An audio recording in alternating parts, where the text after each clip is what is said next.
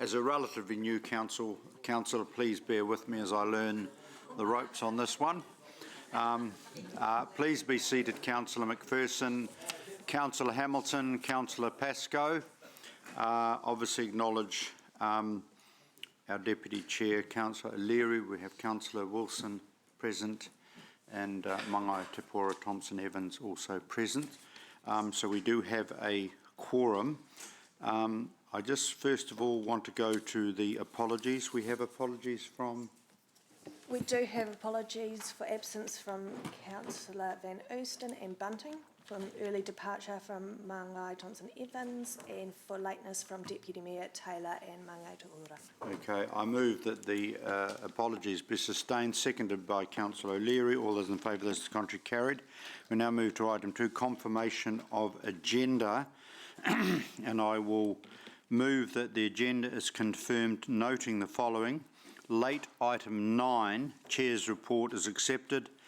This has been circulated as a late item due to the item being requested post the agenda being run. That's seconded by Councillor Wilson. Any discussion? I move that the agenda be confirmed, seconded. All those in favour, those contrary, carried. We now move to item 3. Are there any declaration of interests from members present that need to be noted? If there are none, I now move to our hearings. Now, I just want to perhaps go through, and particularly as this is our first meeting of this triennium of this committee. Submitters have all been given the same time frames to ensure reasonable fairness, 10 minutes for organisation or groups and 5 minutes for individuals. It is our wish that time be adhered to for all speakers and includes time for questions from committee members roughly within that frame. I won't be totally rigorous, but I certainly don't want to go a minute or two over. The bell will ring when 1 minute remains, and again when time is up.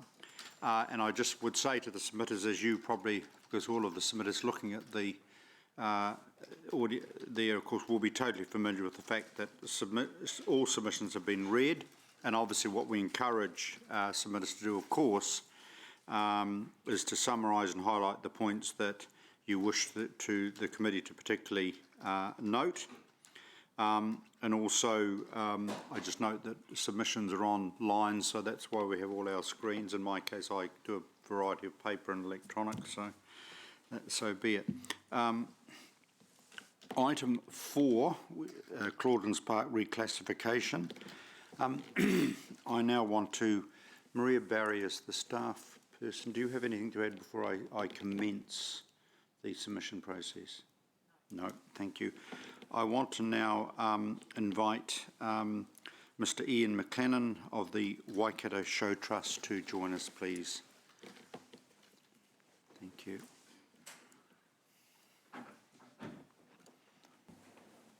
Thank you, Mr. Chairman. We're in your hands, and well, some of you are probably familiar with me or know me from my previous occupation, but I'm the chairman of the Waikato Show Trust, and beside me is our secretary, Noel Gleeson, who's here in support. Our submission isn't in relation so much to the Migrant Centre. We are very supportive of their role and what they do. Our job as a trust is to ensure that the agreement or the contract between the Hamilton City Council and the Waikato Show Trust in relation to the sale and purchase of the Claudeland Showgrounds is adhered to.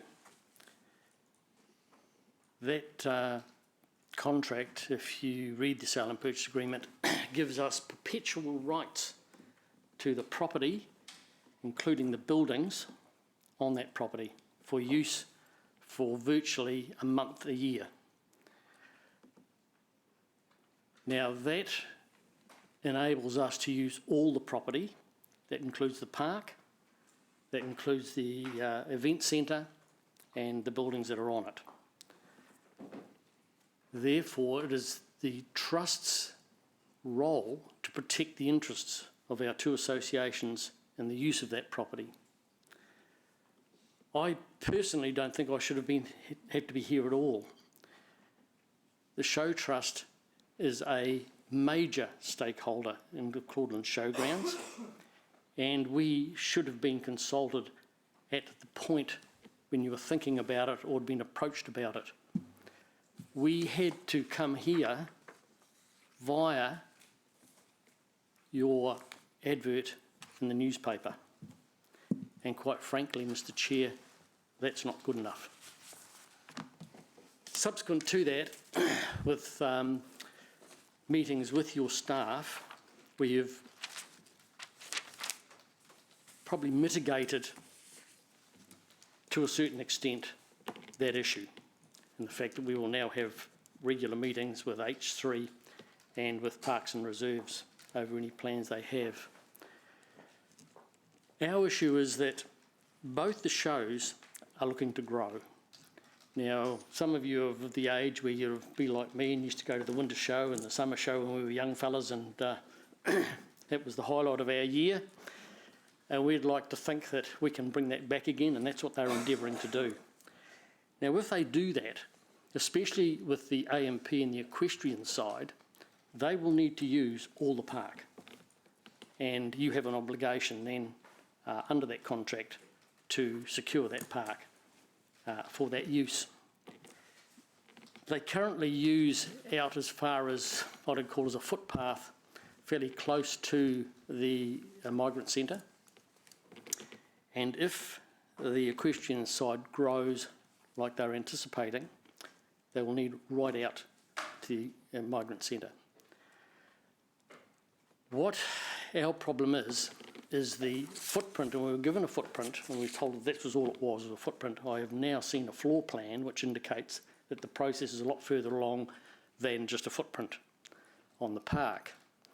And the issue, and it's in my written submission, is that putting it out into the park interferes with the flow and will interfere with flow if they decide, or if they require that piece of land for the AMP show in particular, for eventing or for equestrian.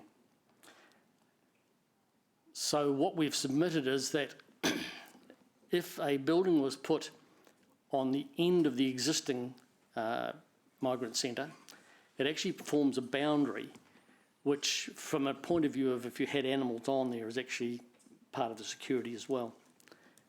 And we also saw that if you made your classification go along Boundary Road, that gives us a formal straight line boundary, and that's what we're looking for, is a straight line boundary, where the current plan or footprint you have for the migrant centre doesn't give us that. Basically, that's our submission. Thank you, Mr. Chair. Thank you. Can I now invite questions? Just Your Worship. Thank you. Good morning, everyone. Good to see you. I just a conflict of interest. I don't think it is a conflict of interest in noting that I am the patron of the Waikato show. Having said that, in respect to this matter, I've had zero discussion with the trust board or the management of that facility. But so I've got a couple of questions for you because we haven't discussed this. So my understanding is that Ellie and others have been negotiating with you some outcomes that might be mutually desirable in respect of your use of the building. They have been across and talked with someone to do with the Waikato Trust, and invited you to talk with them further about what might work for your use of this, and offered you some use of their space as well. No, it was been in a meeting I had with your Parks and Reserve manager. It was suggested that maybe some form of option. We've had nothing formal with the migrant centre. Nothing formal, but you've had no informal conversations with them No informal whatsoever. Conversation other than with your staff, who made it as a suggestion, but nothing to do with that. We have arranged, Mr. Chairman, to meet with them with your staff, and we hopefully that'll happen next week, and we can talk about it. But no, nothing at this stage. So you have raised some concerns quite clearly this morning Do you think, however, in terms of their ability to go ahead with a significant revitalisation of their premises and your means can come, and your needs could come closer together? Do you think that have you got some practical solutions? I think from the point of view of where that particular building is, and it was put in there when the trust owned the property, it was the Maris Club rooms in those days, it was used when they had the equestrian right out that side when it was really big. They used that building for administration for the equestrian part of it. But when you get right down to it, the basis of both the shows is really around the event centre and at that other end of the property. So the migrant centre would have very little, I think, use for either show. But again, our job is to look after the assets. We are not operational. The trust isn't operational. Our job is to look after assets. And we are the ones that should be approached regarding anything with Claudelands rather than the associations.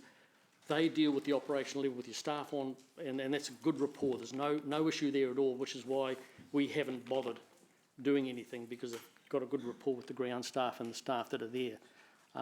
But this is at a higher level, and we need to be involved. What are you seeking specifically? What's the outcome you're seeking We either want that building to go as a rectangle, and not pull out into the park. Because what it does is it chops down and ends up with two areas and stops that part of the park being able to be used because there's a building sticking out into it. Where we want to see straight boundary line that we can work with. But anything sticking out into the park becomes an issue when you're trying to organise an event. And that's the information we have from the AMP, who do the organisation. Okay. Is that particular part in which that annex would stick out into being regularly used by either of the shows or the show trust? No, it hasn't, but we have potential to grow, and we have perpetual rights to use all that property. And if you read the agreement, I am familiar you'll be aware of it, that we have the right to use that. So therefore, anything that impinges on our ability to use it is contrary to that contract. Thank you. Thank you. Councillor McPherson. Ian and Noel, welcome back to this room. We've been here plenty of times before. Did I hear you rightly, Ian, when you said you had no idea about this proposal until it was advertised in the formal sense? That's correct. Okay. So cutting a long story short, perhaps, would it be an acceptable interim outcome if the whole plan were to be withdrawn, as it were, and the parties requested to go into yourselves, the resettlement centre and the council, to go into three-way discussions to get an outcome that could then be brought back to a formal process? That's already in. We've all just started this morning before we came in here. We've started that process. But you've got a formal process that you're in the middle of as well, which we have to make a decision on. I realise that. So if that were withdrawn, would that reduce the sort of imperatives overlaying you, so you could have discussions? Yeah, look, Councillor McPherson, I don't know what the time frame is for the immigration centre. Obviously, funding is going to be an issue and all sorts of things. So we don't want to stop them achieving what they need to achieve. But we think there are alternatives, and as you say, if we have discussion with them, look, just briefly give you an example. H3 are going to put another car park in at Claudelands, and Chad came and talked to us when they had the initial plans. We now have an agreement. We did it within a week, agreement on what we required for them to be able to do that, and that was agreed. So we're not trying to stop the council using the land or making it better or whatever, but we need to protect the two associations that we represent. Yeah, and in terms of the best process for doing that is where I'm trying to come from. Well, that's why I think what Chad did when he came to us, yeah. Him and Andy came to us, good process, because they came straight to us and said, this is what we want to do.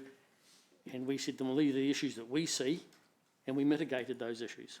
And you'd like to talk directly with the resettlements building operators as opposed to the council, or as well as the council? No, I think all parties should be involved. I think, no, I don't want to leave anyone out. I think the more that are in there, then the agreement is more likely to be acceptable to everybody. So your discussions that you had before this morning, who were they with? Just council or council? No. We were introduced to the people from the Immigration Centre. Never met them before. So we were introduced and said, yes, we would have a meeting, and we're looking to have one next week. Okay. Mr Chair, I foreshadow discussions with staff about the process. Yes, and in terms of time, without wanting to at all curtail Councillor Paskin Wilson, if we can keep our question acknowledged, just certainly, and obviously we'll then hand to the staff report. I'm just mindful we do have a series of other submitters waiting, and if there's going to be substantive, long discussion on this item, then I'd be inclined to actually hold that later in the meeting while we hear the other submitters, just as a courtesy for our submitters. Councillor Wilson? Yes. This is hearings, so we're here, we ask questions for clarity, right? That's We're not into deliberations. No, and all the the concept, Your Worship, is that we're the discussion we have is to inform what we want in the staff report, some of the questions we want to be dealt with. Then, of course, this goes off to the community committee where the deliberation aspect and that's where we can happens. delving into what other things may be possible. So this is just the hearings today, but if we're going to get into some long discussion on this, then my inclination would be to hear all of the submitters first and then come back at the end. Point of order, Mr Chair, in relation to Mayor Southgate's comments, I believe that this committee has the power to make recommendations on process and other issues. It certainly has done quite sensibly in the past. If there appears to be a path that might be better followed, it doesn't have the power, obviously, to make decisions in this, but we don't just hear things and then forget about them until the committee meeting. No, but I think as I understand it, and just as I said, I'm brand new, new councillor McPherson, but the substance is that I think our role today is to very much inform the staff report, so the substantive discussion with all of the issues are then discussed at the Community Services Committee. Committee of the whole. This committee may choose to make some recommendations, but I think as long as we have the opportunity today to discuss absolutely what might go into a staff and it's just I may do that later in the day purely because I'm just aware of other submitters if we're going to get into substantive discussion. Councillor Wilson, questions? Sorry, apologies, Councillor Pascoe. Yeah, thank you, Chair. Look, I'll have a very quick question, and mine runs perhaps parallel a little bit with Councillor McPherson. Thanks, Noel and Ian, for your submission. Have you considered with either within the trust or with the or with the AMP alternative sites within the park where you might be able to put the equestrian if the building was to go ahead in the form that is currently proposed? No, it's an operational issue which would be depending on. Look, we may not use that for the next 10 years. I understand from your submission. So we can't really. I couldn't really comment on that. It's an operational issue for the AMP, and we really don't get involved in the operational part. We're at that at a not a higher level. We're at a level where we deal with the other issue being the property and the assets. But surely they would be concerned if they were being restricted in any way. Absolutely. In terms of having sufficient area around the park to carry out the events that they wanted to include. Look, things have happened in the past that have actually caused some restriction. There's been issues around that, and they've worked around that. But we don't believe that they should have to do that. Under the terms of the sale and purchase agreement, the contract, and that's why we're here. If we went ahead with Councillor McPherson's suggestion, would you involve the two associations? Absolutely. In this discussion between yourselves, Council, and the Migrant Centre? Absolutely. Yep. Thank you. Thank you, Chair. Thank you. That's the end of questions. I now invite Maria Barry and her team to join us and go through, just to give a brief overview of the staff report. If there's going to be substantive discussion, as I've advised, my preference will be to delay that discussion until we've heard other submitters on the second item on our agenda. Good morning, Chair, and good morning, councillors and Mangai. So we've got Nick Chester here, who's our Team Leader Planning and Policy, and he's going to present the report for you. Good morning, councillors. For those that don't know me, I'm Nick. I'm the team leader of our planning and policy team within the community group. Just to cover off the report around the reclassification, partial reclassification of Claudelands Park. This is part of the standard process through the Reserves Act to consult at any time that we would reclassify part of the park. So we went through a consultation process in order to do this during August and September of last year. We had 41 submissions as part of that process. 38 were in support, and you've obviously heard from one today.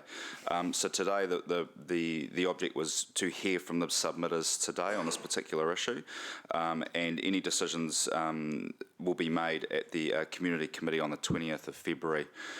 So that's currently where we're at with this. I'm happy to take any questions that you have around the issue at the moment. Councillor McPherson. Thanks, Nick and Maria. Are you aware that in the precinct of Claudelands Park, the Show Trust has a special and a legal sense position? In other words, they're a party in the legal sense to operations and activities and facilities on that site? Absolutely, Councillor McPherson.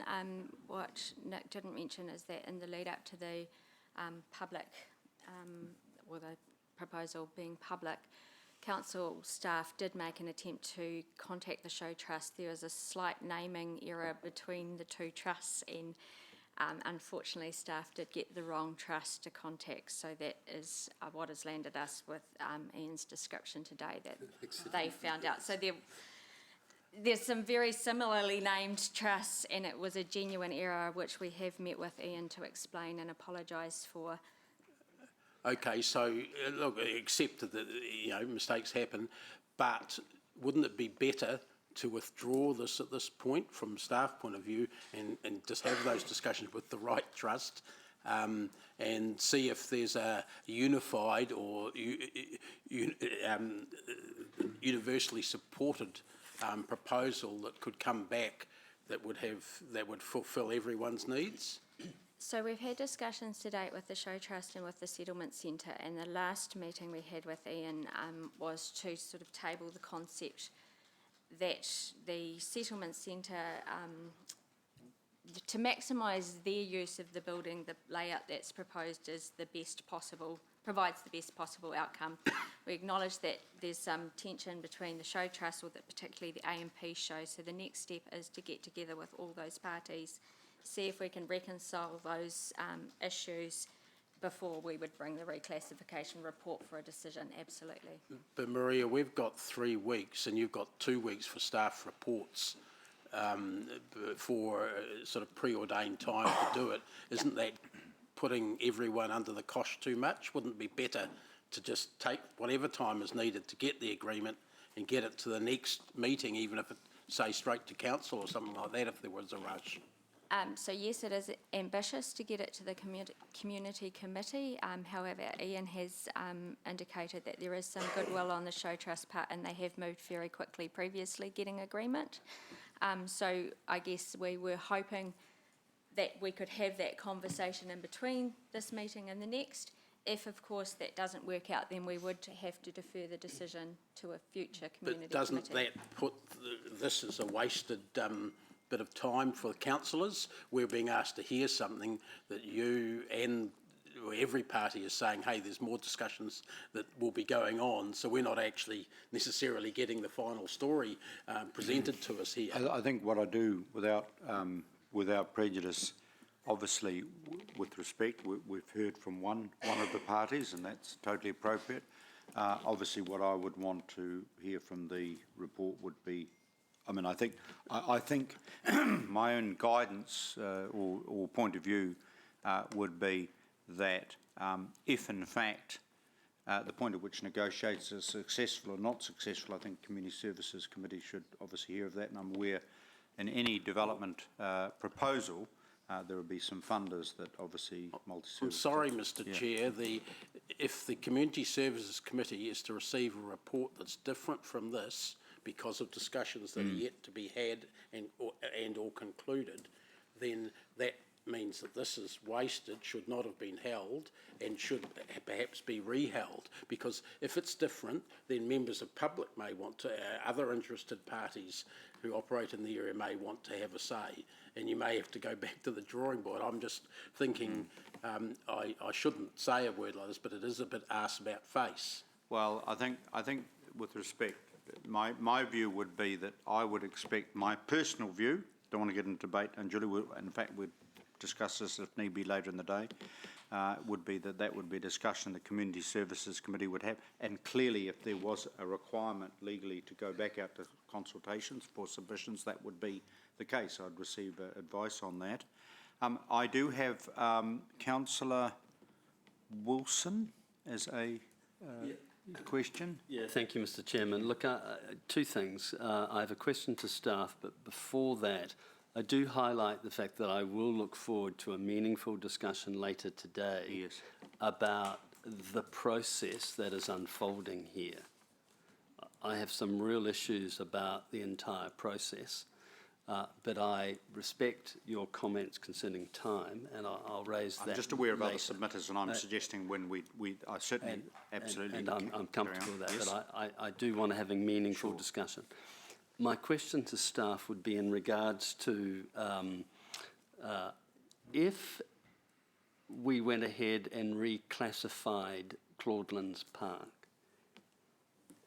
explore with me more of the other consequences it may have to other activities that currently occur on the park. And I'm particularly interested in is there a off-lead dog park activity? What are the other things? And what would be jeopardised or what would have to change if we were to reclassify? Yes, so there currently is an off-leash dog walking area within the space that's looking to be reclassified. So in order to address that, that would need to be looked at the time that the dog control bylaw was reviewed, which is due to be reviewed in May this year. So a reclassification would trigger the review to look at that area, and it would need to change in order to meet with the new classification of the area. Right, and if I may, Mr Chair, let's explore that a little deeper. What does that mean? As in, are you suggesting that if it required a change, would that mean there would no longer be an off-leash dog park at Claudelands? My understanding is that the area would just be reduced in size, but I'll let Maria take the... So what it provides is an opportunity to have a look at Claudelands Park in respect to the off-lead dog exercise area and potentially put the off-lead dog exercise area in another part of the park so that the size is not compromised.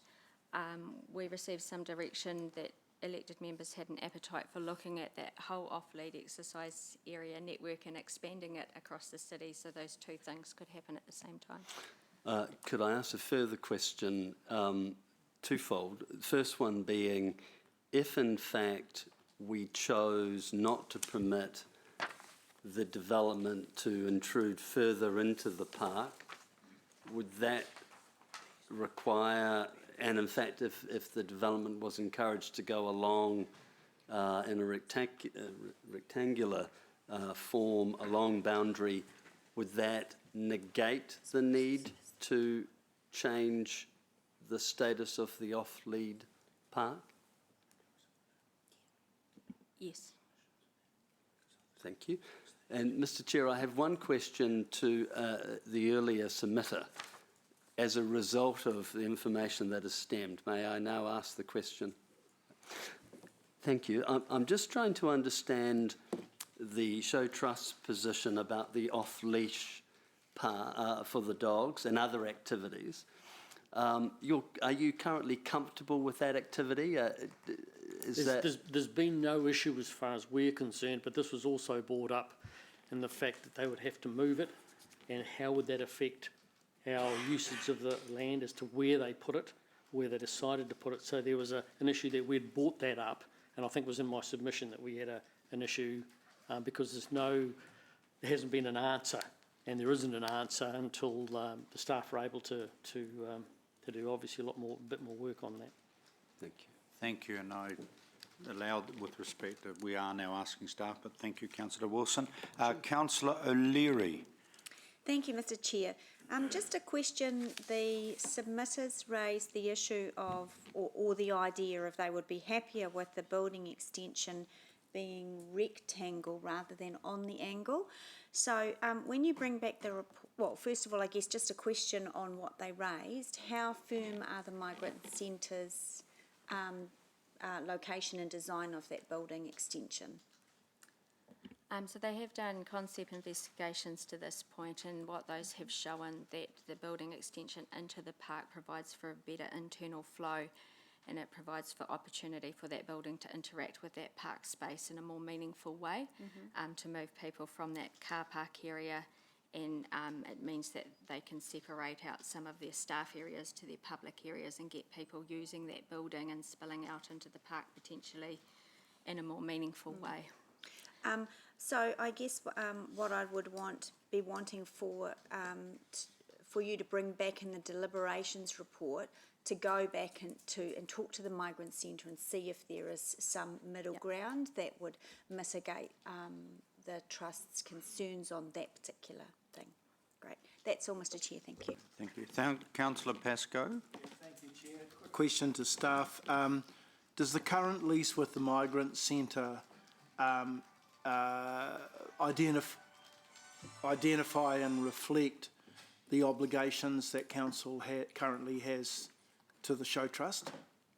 I don't believe it does currently, to the extent at which it potentially needs to. Yeah, okay. So could you bring that back also in the report, and what steps you'll be taking to remedy that if it needs to be remedied? Yes. And certainly, Councillor Pascoe, the Settlement Centre have been very open that they wish to build a relationship with the Show Yes, Trust of course, where of they course, can yep. be more closely aligned.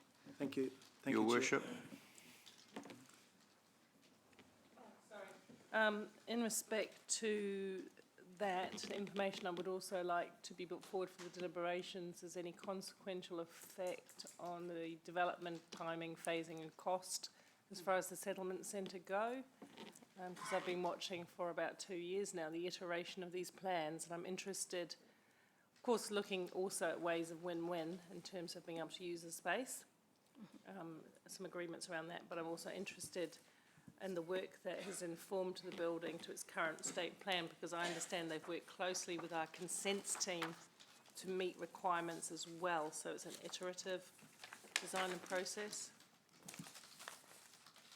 That will help me in my deliberations. Thank you. Thank you. If there's no further questions of staff, as I intimated, and as a courtesy to our submitters who are waiting to submit on the next item, I propose that we hold over our recommendations and our deliberations on this item until after those submissions. I now want to, and I thank the submitters, thank you for your presence. Thank you. I now want to move on to item 5, which is the Hinimoa Park reclassification hearings report. Maria Barry, do you have anything to say before I invite the submitters? Thank you. Can I first of all invite Rachel Corrales of Kote Pacifica, and just repeating, organisations have 10 minutes, individuals have 5, and we try and keep to time as much as possible, obviously.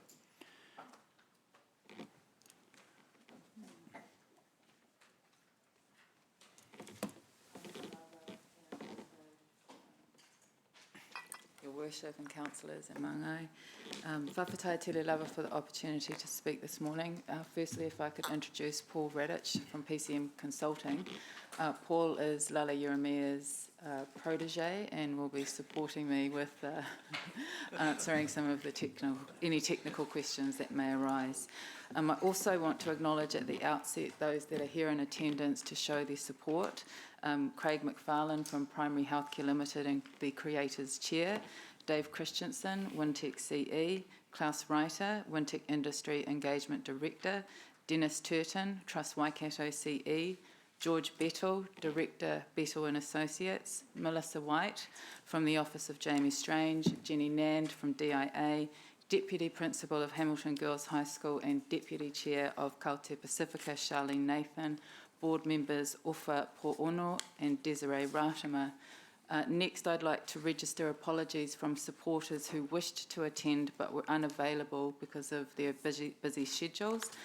Jamie Strange, Labour MP, Waikato DHB Commissioners Karen Portasi and Margaret Wilson, Raywin Kirkman, D.V. Bryant Trust CE, Melissa Gibson, Len Reynolds Trust CE, John McGaskill-Smith, Primary Healthcare Limited, Bevan Bain, General Manager Healthcare Homes, Dave Cowley, Well Energy Trust. We have letters in support from Jamie Strange and Raywin Kirkman, and some of you will recall earlier letters of support from the Honourable Tim McIndoe and Sir William English. I've just had Roz hand out copies of those letters of support, as well as a letter from Waikato Tainui and a diagram which Paul will speak to later in this little segment. So Kaute Pacifica obviously support the proposed change to the Reserves Act from recreation to local purpose, as this will enable the development of the Pan-Pacific Community Hub to proceed with the full offering that the project envisages.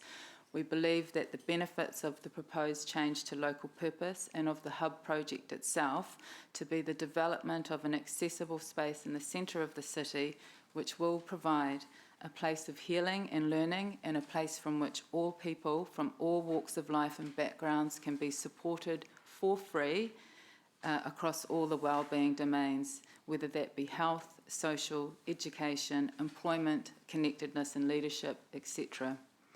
A place for community to learn about Pacific culture, language, food and traditions, an iconic cultural place to welcome our Pacific and other visitors into the region, a place to celebrate Pacific and Indigenous art, a place filled with activity and music, a place for different community groups to use for events and functions. It will be practice and storage space for Orchestra Central, whose different orchestras cater for all age groups and walks of life. And as the Greenbelt becomes more connected, more park space for festivals and community sporting events.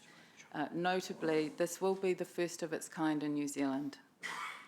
Critical for Kaute Pacifica, not as a regulatory matter, but as a matter of relationships, is that Waikato Tainui and Manu Whenua support the proposed designation change.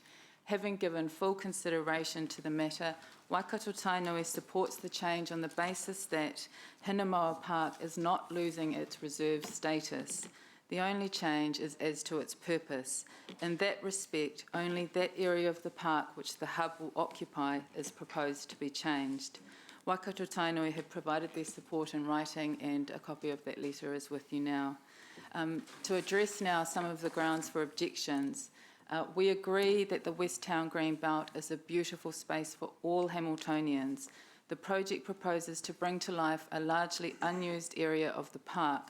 We propose to open up the space so that it is publicly accessible and to remove fencing around the bowling club so that the public are able to enjoy the length of the park and increased accessibility to other areas of the Greenbelt. We are an organisation founded by residents and citizens of New Zealand. We are not an overseas organisation with no connection to the Waikato. Many of us have strong and widely spread roots across the region. We are an organisation that offers services to all people. We are not exclusively Pacific, and the vast majority of our government and DHB funded contracts are mainstream. In fact, our client base for social services is over 70% Māori. Our Community Day program has 30% Pacific attendance, with the remaining attendees being from a range of ethnic backgrounds. We represent a workforce that is diversifying to reflect the people that we serve. The Pacific Islands, Māori, Pakeha, Mauritius, India and Sri Lanka. All the activities at the hub will be operated through non-profit vehicles, so they are not commercial in nature by any means. To the extent that there may be any profit some way out in the future, any profit will be reinvested back to our charitable purpose. The commercial operations at FMG Stadium and Seddon Park are by far more commercial in nature, noting that the ticket prices are beyond the means of many Hamiltonians and accessibility at any other time is seriously restricted. The master plan for the West Town Greenbelt should address any concerns about death by 1,000 pieces, as the master plan aims to reduce an ad hoc approach to the West Town Greenbelt. As to the engagement process for consultation, and this was something that I picked up when I was preparing for today, Section 24(1)B Reserves Act is the provision that the Council is relying on for the process of consultation. Section 24(2)H provides that any person who does not lodge an objection is deemed to have assented to the change of purpose proposed in the notification. There are 88 submitters, 7 objections, 81 submitters in favour, and the rest of Hamilton City who did not lodge an objection and who are deemed to have assented to the proposed change. I'm bringing this to your attention for your consideration as you deliberate on the proposed change moving forward. Thank you. If I can hand it over to Paul. Thank you, Rachel. I'll be pretty quick because those were good words, but essentially what I've just put together was a bit of an overview timeline and that looks at the beginnings of the PPH and how long ago that was. It's great to be involved in such a project, and PCM has been involved for quite some time along with a number of other parties. But some of the key messages, I suppose, is just to highlight the thinking that's gone on, as to this project, the various locations which started in 2016, and looking at where would be the best place to put this complex, and the various feasibilities which have been run as well. And also just to pick up on some of Rachel's points around engagement going forward. Council has been highly collaborative with the West Town Belt Master Plan, along with other members of staff in different departments.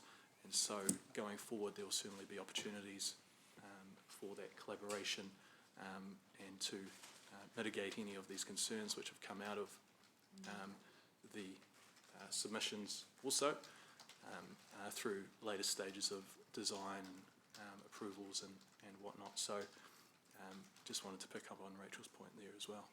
Thank you. Thank you. Right, thank you for your presentation. Do I have any questions? If there are no questions, I thank you, and I now go to Edgar Wilson as an individual submitter.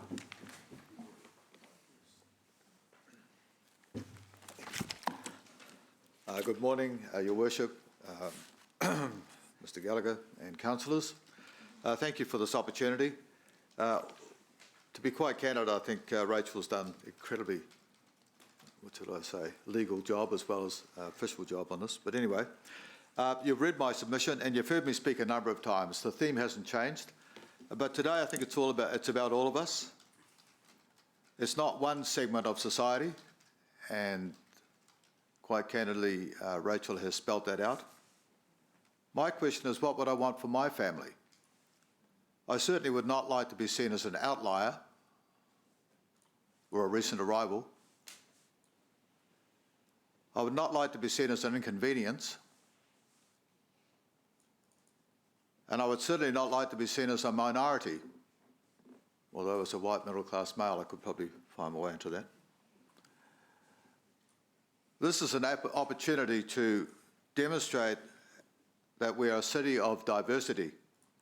And we embrace diversity. We don't just talk about it. We don't just give numbers and say, well, look at this. This is who we really are. Sometimes some of us behave as if we are embarrassed that not everyone is like us. All I can say to that is thank goodness for that. I'd like the council and the decision makers, I'd like the community at large, and Rachel has indicated the community at large is grasping this, is to grasp this opportunity to celebrate diversity and demonstrate that Hamilton citizens are leaders in New Zealand for growing an inclusive society. That's really the core of my submission, that we're in this together, we have opportunities. If I was to turn around to my support people here, whom I support, I can tell you now that we're dealing with New Zealand citizens. We're not dealing with people who turned up recently on a boat, if I can put it plainly. They are part of the community which I'm very much proud of. Thank you, Mr. Chair. Thank you, Mr. Wilson. Any questions? Thank you for your submission. Thank you. Thank you. I now invite Susan Trodden from the Orchestra Central to come to the table. She'll be making an organisational submission and, of course, has up to 10 minutes, including questions, ideally. Morning, everyone. So I'm here to represent the 135 Trust Waikato Symphony Orchestra musicians, the 62 youth orchestra members, and the 100, I had 75, but it's just increased, 184 rusty players who use the Hinemoa Bowling Club every Monday and Friday evening and one weekend a month, all year, to prepare for the 16-odd concerts that we put on that are attended by around 8,000 people in Hamilton each year. You won't be surprised to hear me say that Orchestra Central is strongly in favour of spaces that work well for our community. But what you may not know is that the embedded policy in our own strategic plan is to meaningfully and purposefully engage with a wider, more diverse community and to ensure that we offer barrier-free access to as many people as we can. Our strategic partnership with Kote Pacifica and the proposed projects for 2020 and beyond that we have with various ethnic groups in Hamilton speak directly to this strategy. However, it would be remiss of me to not take the opportunity, while I have a captive audience, to remind the Council that these projects will result in some short-term pain. Once building begins at Hinemoa Park, my 135, 62 and 184 strong orchestras, along with 100 years' worth of sheet music and a large collection of instruments and equipment, will be without a rehearsal space. Orchestras are greedy. We need room and we need lots of it. We need storage, we need access, and we need somewhere with neighbours who appreciate the wonder that is an orchestra practising. So as a footnote to our support for these projects, I would ask that Council consider how you could support Orchestra Central and others like us while these projects are underway. We look forward to the day that there will be more space for larger scale activity and for meeting places that will bring different strands of the community together. It is for this reason we are very pleased to support the changes required to ensure that the space at Hinemoa Park and the space at Claudelands currently being proposed by the Migrant Resource Centre are fit for purpose and will allow organisations like ours to work better with others to achieve everyone's goals. Thank you. Thank you. Do I have any questions? If there are no questions, thank you very much for your submission. I now invite Lynley Woods.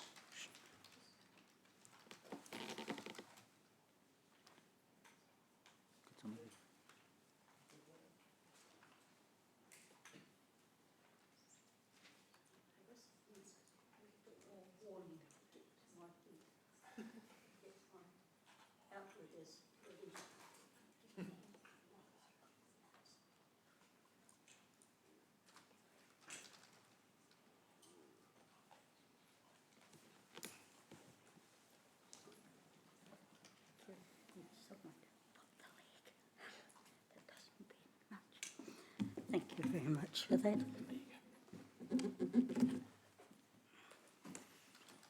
Now,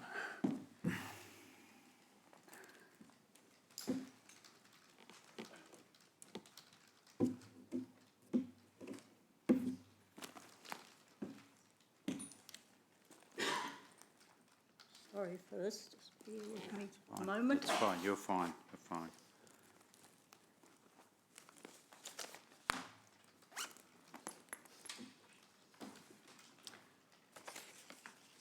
thank you for this opportunity to speak.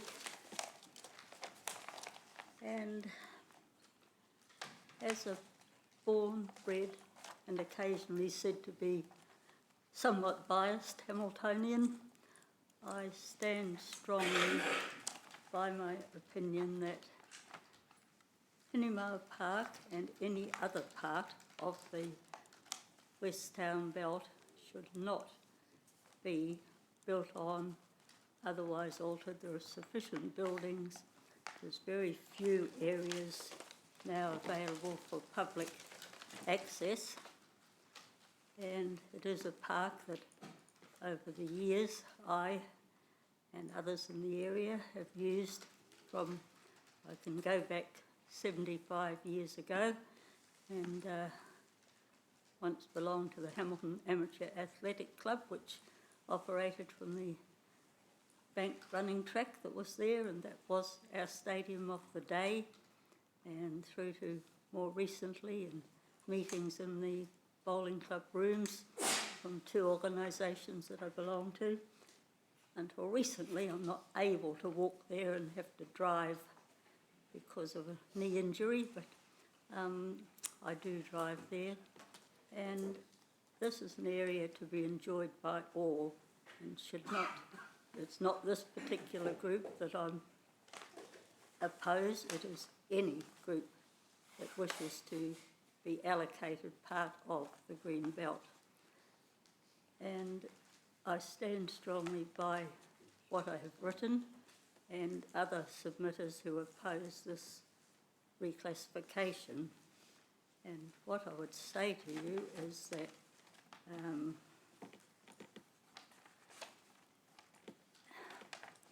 there's just nowhere, with all the increase in apartments, which are amazing. Every time I go out, there seems to be a building added to or missing and apartments being built, that the population is increasing greatly in the area, and with all the mental health issues and things, there is greater and greater need for such a piece of open land where people can walk and see the trees and the changing colours, autumn colours and spring.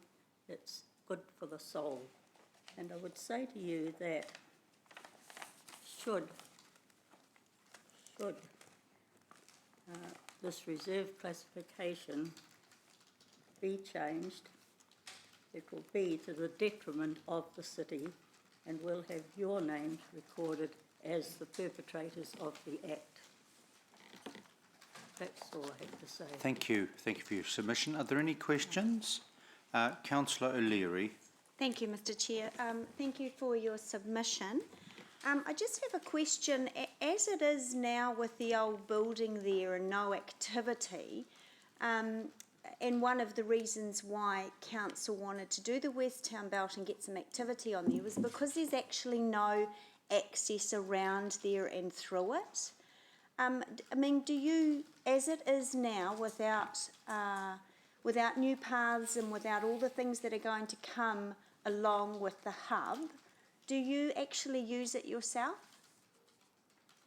I drive in there occasionally to take photographs at different times of year, mainly looking across to my own house where I've lived all of my life, and other people in the street. I know that another person here is quite a keen photographer, and sometimes we ring each other about a great rainbow shot or something like that. Okay. And another neighbour who is opposed but wasn't able to come today because of work restrictions, she and her husband frequently go across to the Mill Street field and Hinimau Park to take photographs. Lynette, just one follow-up question very then. quickly, please. Thanks, Mr. Chair. Would you accept, though, that with new development brings people and more activity which enhances park areas? Or would you accept that, or would you rather sort of it basically just stay the same without the access and without people and activity? I say it would detract from it considerably because of the increasing population in the area of apartments. They have no green space to go to, no trees to shelter in summer or any time, just to hear the leaves. I understand, although I haven't been able to ascertain which they are, that two of the notable trees listed are to be sacrificed. Thank you. Councillor Wilson? Yeah, thank you, Mr. Chairman. Look, thank you for your submission. I guess my questions are similar to Councillor Angela, and that is, I think I hear your concern being the erosion of the green belt, but I'm assuming you've seen the plan. Yes. You've seen all the... Right. In its variations. Right. I make the observation there are already buildings there that are just not being used. So I'm struggling to understand where you see there is a further erosion of the green belt where, in theory, this is already built upon, and what is being proposed would in fact reinvigorate an existing area of Thank you. being built up. Yeah, I think they're just, in terms of existing buildings, your comment. I mean, well, the building that is there, the former bowling club building, was to do with the sport of bowling. And I used to go over and watch some of those, particularly when there was international events, the blind event that was on some years ago, the World Blind Bowls.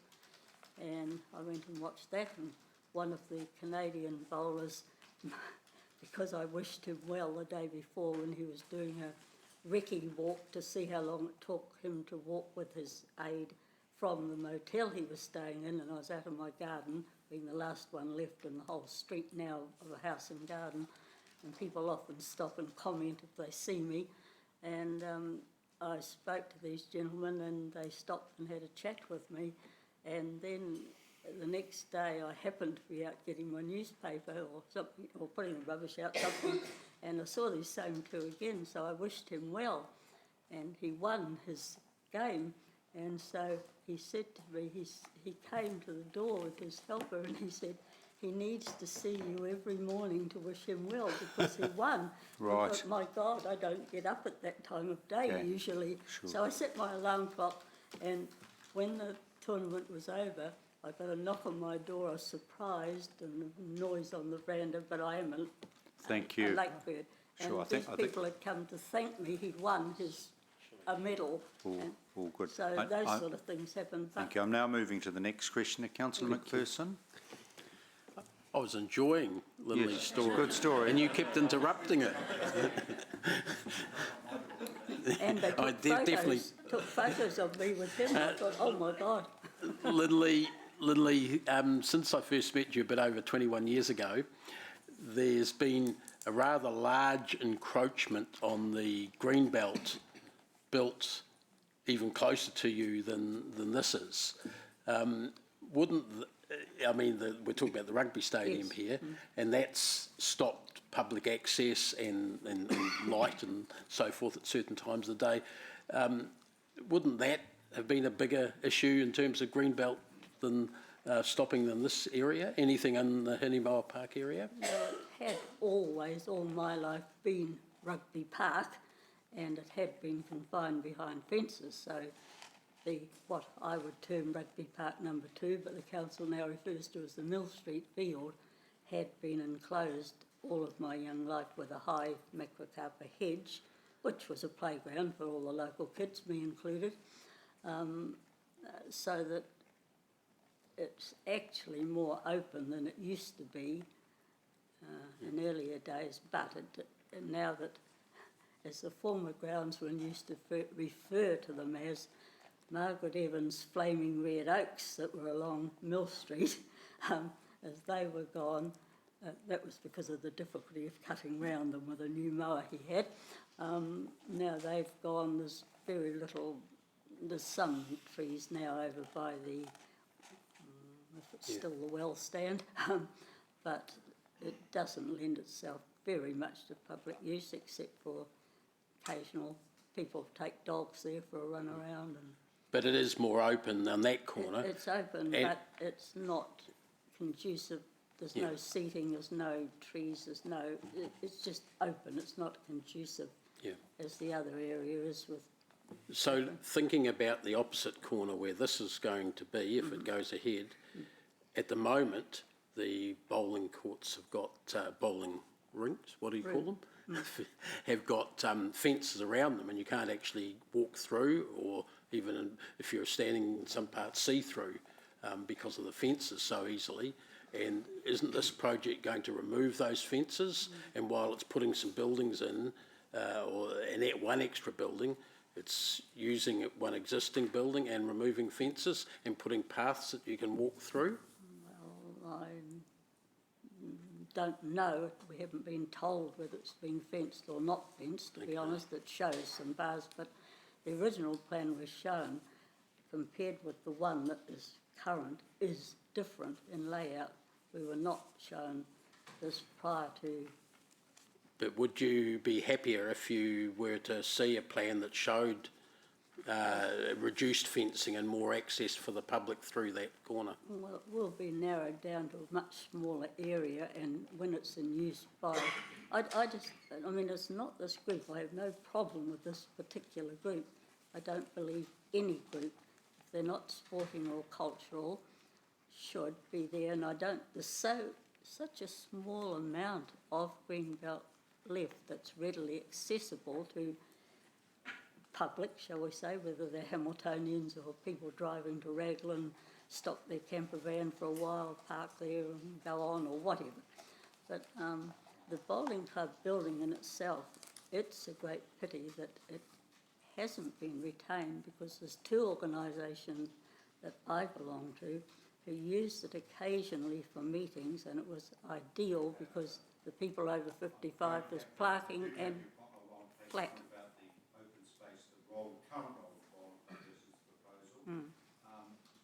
Unless there's any other further questions, Councillor McPherson, I do need to go to the next submitter. Do you have further questions, Councillor? No, I'll deal with you afterwards. That's fine. I'm sure you will. Mr. Anthony Smart, please. Thank you very much for your submission. Would you help assist the... No, I'm all right. Yeah, you're right there? I'm Just okay, to yep, help. I am. Thank you. Thanks Thank for you. that. Thank you for coming. Thank you. Carry your bag for you to get to the table.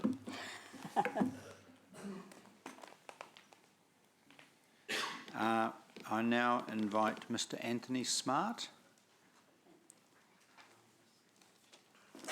And this is an individual submission. You have 5 minutes. Thank you. Firstly, thank you very much for giving me the opportunity to speak. I do feel very strongly about this. And my name is Anthony Smart. I have lived in the suburb of Witiora for the past 25 years. I am completely and utterly dumbfounded by the fact that council are even considering rezoning part of Hamilton's Greenbelt. Our city forefathers dedicated that land for the common use of the people, all of us, one and all. As councillors, you are entrusted to make decisions for the good of the greater community. This land was put aside for use by the greater community as an open green space for recreational use. It is your duty as elected representatives to uphold the interests of Hamilton's greater community. This land was set aside for use by all Hamiltonians, not for use by a select few. The Greenbelt of the 21st century has become surrounded by high-density residential development, which results in an even greater need for wide, open, public space. Rezoning Hinemoa Park will not only deprive future residents of the public park, but also deprive existing residents of the peace and quiet they thought a Greenbelt location would always provide. Residents such as myself who have lived in the area are perhaps more in touch with the park's surroundings and can see the bigger picture. We see more than a concept plan on a piece of paper, and we better understand what will ultimately lose for future generations of Hamiltonians. This rezoning application was originally submitted by representatives of a previous council.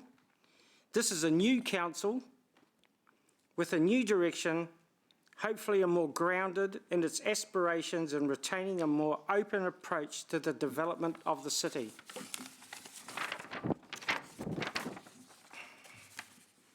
I'm appalled by the lack of public consultation over this proposal. Even those residents living in the immediate area have not been kept fully informed of the scale of this proposal. There has been an alarming trend in recent years of council staff pushing through agendas with the minimum of public scrutiny. It is time for our elected representatives to show some backbone and stand up to senior staff in this organisation. I feel sure you will be fully aware that major decisions such as this will define this council and ultimately affect the city for years to come. Thank you. I trust the good of the wider community will prevail. Councillor Ryan, questions? Councillor Hamilton. Your submission. Twice in your submission you referenced Hamilton's greater community and the good of the wider community. I just wonder what your response was. We heard from the CEO and Chair of COTE earlier about this being more inclusive and accepting of the wider community and activating that space. So I just wondered what your response was in regard to that. My response is that this was originally parkland. It was given to as part of a bowling club, which comes under the heading of sports and recreation, to allow that it met those requirements. And then with those requirements, when the club decided to fold, it should really go back to parkland. It should become a green space for all, because we are losing so much. This city council is allowing so much more inner city development, and we need more and more green spells. You are going to find we're going to have more and more development, and it's an even bigger reason and requirement that we need to retain the green belt. Thank you. Thank you very much for your submission.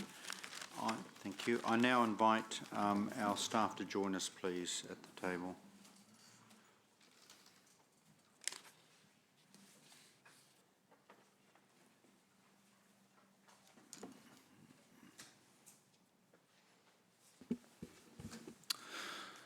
Hello again. So this is similar to our last item. This is the reclassification of part of a small part of Hinimau Park, the area where the stadium bowling site currently sits. So just to clarify that this is in relation to just a small part of the park.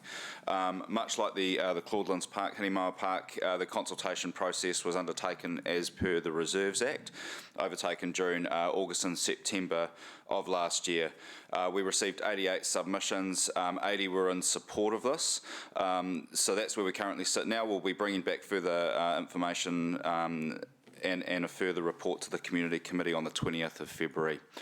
So happy to take any questions at this point. Question, Councillor O'Leary. Yeah, thank you. Just a couple from submitters that aren't here, from their written submissions. There is a submitter, Tim Healy, who's objecting he says, objecting to the medical centre and pharmacy. So can you just add into the deliberations report again, just the high level, what the activities are actually going to be with the hub? That'd be helpful. You're probably going to do that anyway. And then there was another submitter, George, sorry, his surname starts with G, you'll probably find it easier. He said he's opposed because overseas groups could come in and do the same thing on the land. I don't know what that's talking about, but I like to tick the box and check off these kinds of claims. So if you could just respond specifically to what you think he's talking about, that would be great. That's it from me. Thanks.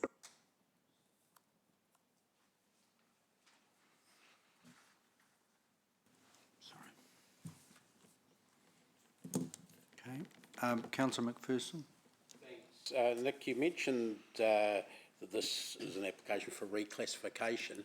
When an area like this is reclassified in the way that this is proposed, do we subsequently, council subsequently, and or the public, have any say over the design/footprint of what goes on the reclassified land?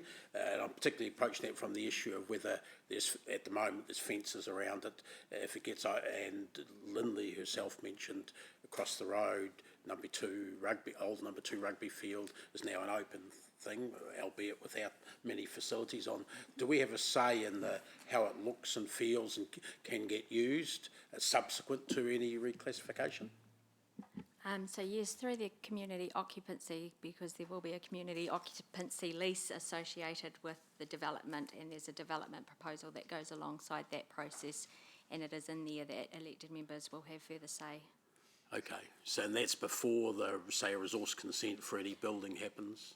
So the resource consent has been granted based on the high-level proposal, but the community occupancy and facility development proposal is where the detail was worked through. And we will certainly be talking to elected members about that. That will come back to councillors, so while the building footprint is in the RMA, resource consent, the use, how it's going to be used is still up for discussion. So the purpose of this Reserves Act reclassification is to reclassify enough land that would enable this current proposal. Yep. The rest of the park remains recreation reserve, and yes, those other items will be brought back. And also the issue of the what we call the passing red car park in front of that on the Mill Street side, that's still up for grabs going forwards as well, whether that gets turned back into a park area or how it's used. Yes, the West Down Belt Master Plan sets some high-level direction, but in terms of the project detail, that you're quite right. But also on that, and I'm picking up the concern about open space, I would like you to give some, maybe anecdotal, what objections we have received historically when that open space came from what was Hinimoa Park initially, as Councillor McPherson said, for the passing red V8 Memorial Car Park, call it what you want. But I just want to get a feel of local residents' objection and general residents' objection to the fact that that was converted from green space at the time into a solid concrete CBD car park. Thank you. Councillor Thompson? So if I could finish my question. Sorry. Thank you for your clarification, though. With Lindley and Paul being two of the closest residents, along with some on Seddon Road who are, as far as I'm aware, nearly all tenanted, was any extra special discussions, consultation, did it happen with them? Because Paul raised the issue of, he thought, lack of consultation. So at the time that the reclassification, that we were doing consultation on that, we did a letterbox drop to let the local residents know who are neighbouring on that area specifically know that it was happening, and that was in addition to all the usual outlets that we would let people know that this was currently under consultation. So there wasn't a specific workshop done with them as far as I'm aware, but we did make sure that those residents were specially aware of that. There's also all the extra stuff that was done around the West Town Belt Master Plan. So we spent a long period engaging with the community around that specific, process of the West Town Belt, which obviously this was a major feature of at the time. So there's been ongoing conversations with residents for quite some time.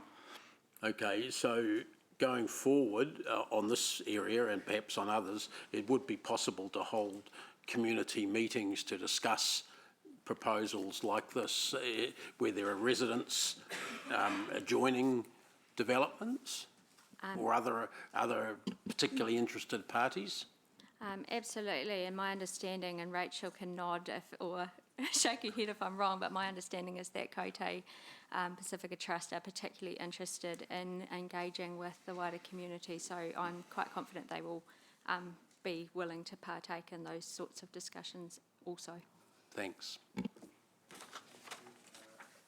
Thompson? Thank you. Councillor McPherson has covered a lot of my questions around elected member engagement in the design, but I just wanted at some point to get a bit more information around, I guess, whether we can move car parking over to where we already have a whole heap of concrete at the V8 Memorial Park, instead of taking up extra green space, which is already existing there. So that was just something I wanted to follow through. Yes, and we can work through that with the detailed design process and the stage facility development. Two very quick questions. One is, at the same time as these submissions were being considered, we also had the Western Town Belt consultation process in place. Did we get any feedback about specifically this project in the Western Town Belt consultation process? And if so, have we merged those comments into this report or into somewhere where it resembles the feedback that might have come in from that particular process, from that consultation process? I wouldn't be able to give you the exact feedback that we had, but we did receive feedback about this particular proposal as part of the West Town Belt master plan, and it was largely supportive from my memory, but I would need to go back and have a look at the exact consultation feedback that we had about this. I guess that this is largely just a process that we're going through to reclassify the land itself. So two slightly different things, but the West Town Belt, the side of that we did, there was some feedback largely supportive from what I remember, but I'm happy to get the details of that. Yeah, that could come back into the report, bearing in mind that some submitters this morning have perhaps considered that we have not consulted particularly well, and this might be an opportunity to cover that off. Second question picks up on Councillor O'Leary's comments and those in some of the submitters who haven't reported, and that's around the medical centre and pharmacy, and these being potentially commercial activities operating on the site. And I just wonder if perhaps in the report you could let us know what lease limitations there might be around subleasing to for-profit organisations who might want to operate either or both of those, or whether or not it's the intention of the trust to operate those as part of the trust activities, rather than sublease it out to a group of doctors or pharmacists who might want to run it as a for-profit. So yes, absolutely, that detail will be included as much as we have, and it will be followed up when it comes to the actual granting of the lease. Yep, thank you. Yeah, thank you, Mr. Chairman. I guess one of my concerns is that a lot of the detailed information that would give me comfort or not will be fleshed out in the next iteration, right? Where we've already made the bold decision to reclassify.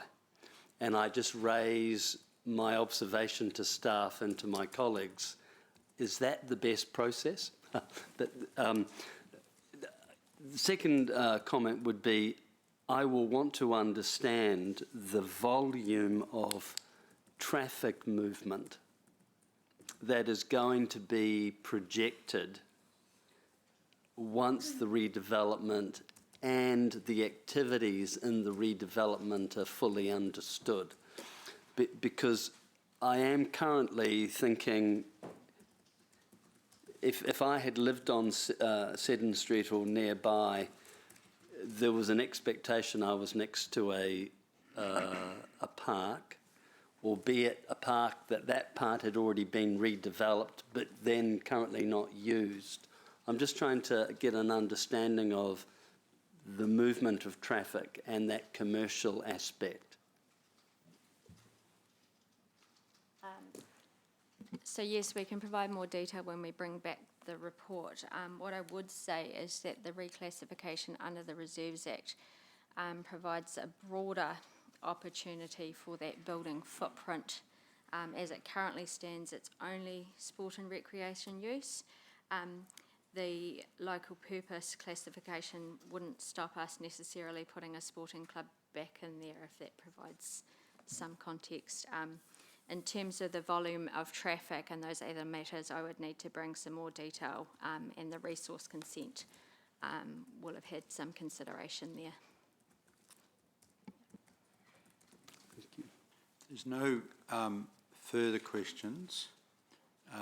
I'm going to proceed to the recommendation, staff recommendation as per page 11. I'm happy to move, if I have a seconder, Councillor O'Leary, receiving the report, hears and considers submissions to propose change classification, which we have done, and notes that are based on the results of this hearing, a deliberation report is prepared for the February 2020 Community Committee regarding the reclassification of Hinima Park, and obviously incorporating all of the questions and concerns that have been expressed, and then that obviously goes for consideration by a committee of the whole, of course, community committee. Is there any other? Councillor McPherson? I've just moved that way. I'm in your hands. I'm not satisfied with Part C of this, because I believe that every one of these, the purpose of our hearings committee is to make some recommendations or some suggestions about what happens next, at least if we can't make a recommendation. The way all of these are written, I did send you a note about this before, so it won't be a surprise, is that we have these hearings, ask these questions, and staff go off and write a report. So until there's a committee meeting, we don't know what staff are saying as a result of these. So I think we have to be at least given the opportunity to give some direction to that. This is an open-ended proposal. I don't. All of them. No, it's not just this resolution. Yeah, and I just will make two observations. And again, I'm going to ask Amy, and I'm not.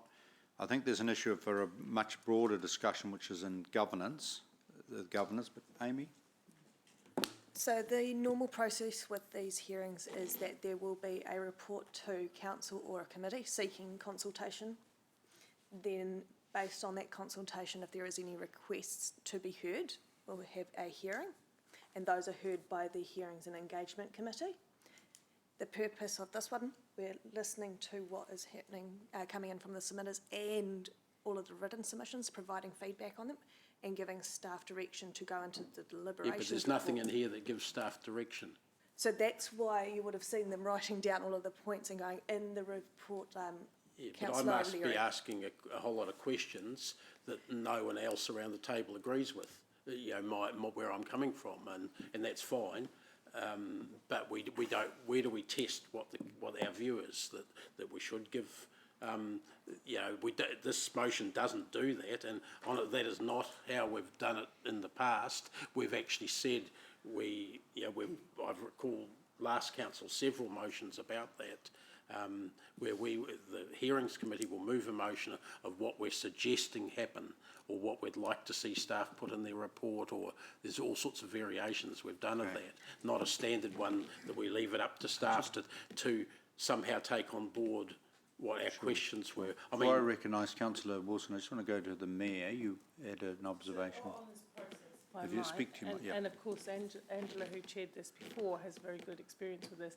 My understanding is this doesn't preclude, the recommendation here doesn't preclude any level of discussion on any point or question raised today, and that is in fact our role, to raise those questions, to float them up into the next discussion. I understand where you're going, Dave, but I don't think this precludes it, and I don't think it's the place for a hearings part of the process to overly define the next step. Am I right, Angela? Councillor O'Leary. I'm sorry. You 3 times now you've cut questioners off, twice me. Excuse me, as the chair, I will recognise your question. I want to make it crystal clear. I was asking some procedural guidance as a brand new chair, very new councillor, to the former chair of this committee. So I just want to get that clarification, then I will certainly come back to Councillor McPherson. Councillor O'Leary. Yeah, I think the terms of reference are the same as last time, and the process that we followed that I think was fairly successful was as the Mayor's outlined, which was we posed questions and asked staff to bring back information. It was our role as a committee not to deliberate, but to basically build a list of the kinds of questions and the kinds of information that we're going to want, so that in that report, so that we can deliberate.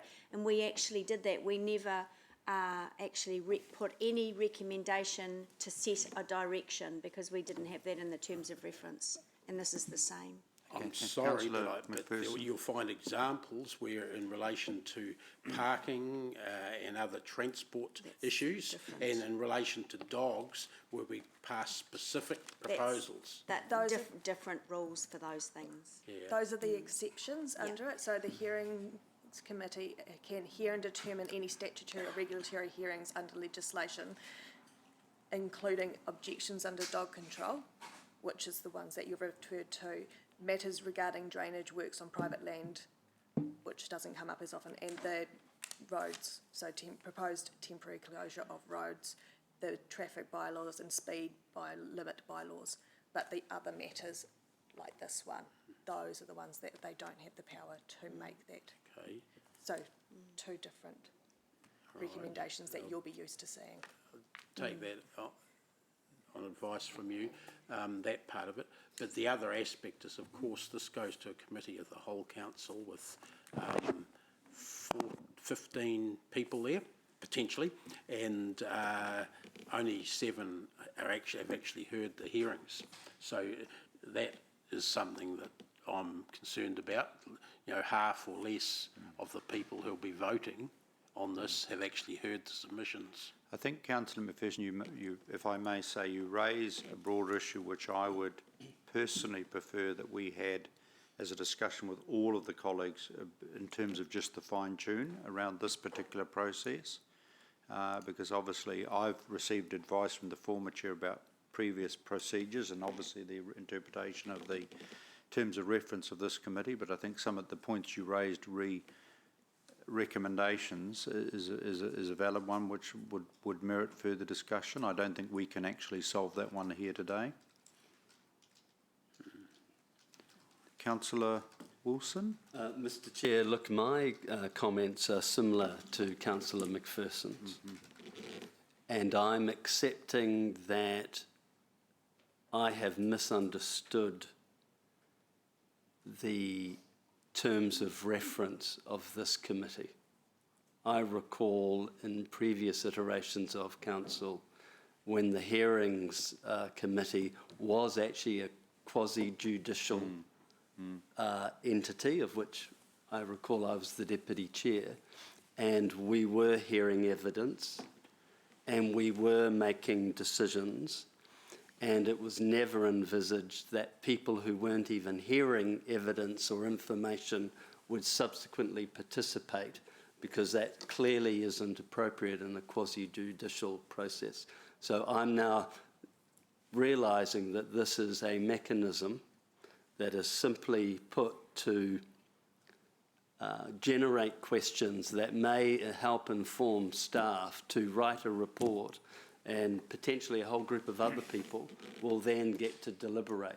Now, if that's what governance had envisaged, then you've done well, because that's the system we've created. I don't know if it's best practice, albeit I accept that it was the practice in the last triennium. So I will reserve any further comment to an opportunity where, at a governance level, we could debate that. I think we would welcome that opportunity for clarification. Amy, did you any further comment? The only other point that I wanted to raise is that the meeting today is recorded as well, for that benefit of those that aren't here today, to listen directly to submitters. They can listen to it, they can rewatch it, however they don't have the opportunity to ask questions. So that is the detriment. It does raise the interesting issue of the quorum, because we find ourselves in a hearings committee that we have a quorum, we require a quorum which will be 7, the majority of elected members for these issues. We're about to move on to issues later in the agenda where the quorum is 3. So, and I do just want to be mindful of that, looking at the attendance. We have 8 present today. Obviously we need 7 to Clauden's and the Chair's report. Is anyone present intending to leave early today? When? I need to leave at 1 o'clock. I assume we'll be finished by... Well, hopefully we will. So we'll definitely have to get on to my special report with regard to how we deal with dog hearings. Very important. So make sure we have the quorum there for that. Okay, so that gives us but seriously, that gives us an idea. It's just because there are other items here where we do, it's a slightly different process, but this is the first meeting of this new triennium, and I do welcome further discussion at the appropriate time on that process. So I have actually put, seconded by Councillor Leary, a recommendation, a motion as per the staff recommendation on page 11. Is there any additions or amendments to that? We do what we did do in the last round of council, going around the table to ensure that all the issues that people wanted staff to address are on the list. I noted Angela asked them one particular issue, and that was something we did do to make sure that nothing was forgotten. I've assumed that, but I'll quickly go. I'll take that. I'll quickly, just starting with you. And is any other additions you want in? Councillor McPherson. Yeah, to do with the proposed fencing or non-fencing of the area, so that when we hear it, we can have a look at the latest iteration, which may not be the final one. Thank you. Councillor Thompson. And just in terms of accessibility, I understand we're talking about having walking, cycling paths going through, but just more clarification around what that might look like and how that fits in with future plans in terms of hopefully having a very good biking network in Hamilton. Your Worship, the Mayor. No, I'm fine. Councillor Hamilton. Councillor Pascoe. Yeah, Chair, your effective chairing this morning has allowed me to ask the questions I wanted to ask, but one that has perhaps just come up as a result of, I think, Councillor Sarah's question, and that's around this traffic management. But I assume that that's already been covered off in the resource consent. But perhaps if you can just enlighten me or enlighten in the report if that is likely to be an issue. And how it's being dealt with, or how it has already been dealt with. Thank you. Councillor Leary. Fine, thank you. And I've already dealt with the issue of the concrete car park. I'd like that dealt with, obviously picking up the issue around green space. Okay, I now will move the motion as per the wording on page 11. We'll go to the board. Now, just help me here. What do I do? Right. Voting, right. Just do it over there. Members of the audience will know that I sometimes are IT challenged. We are gradually improving us. Right, we have the electronic wonderful board going. Here we go. Right, okay. 470, that is carried unanimously.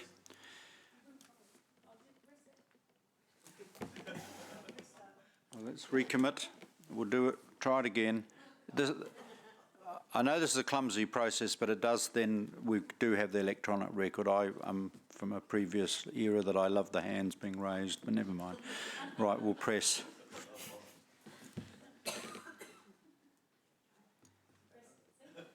What is the result of that vote? The matter is passed unanimously. Thank you. Right. Okay.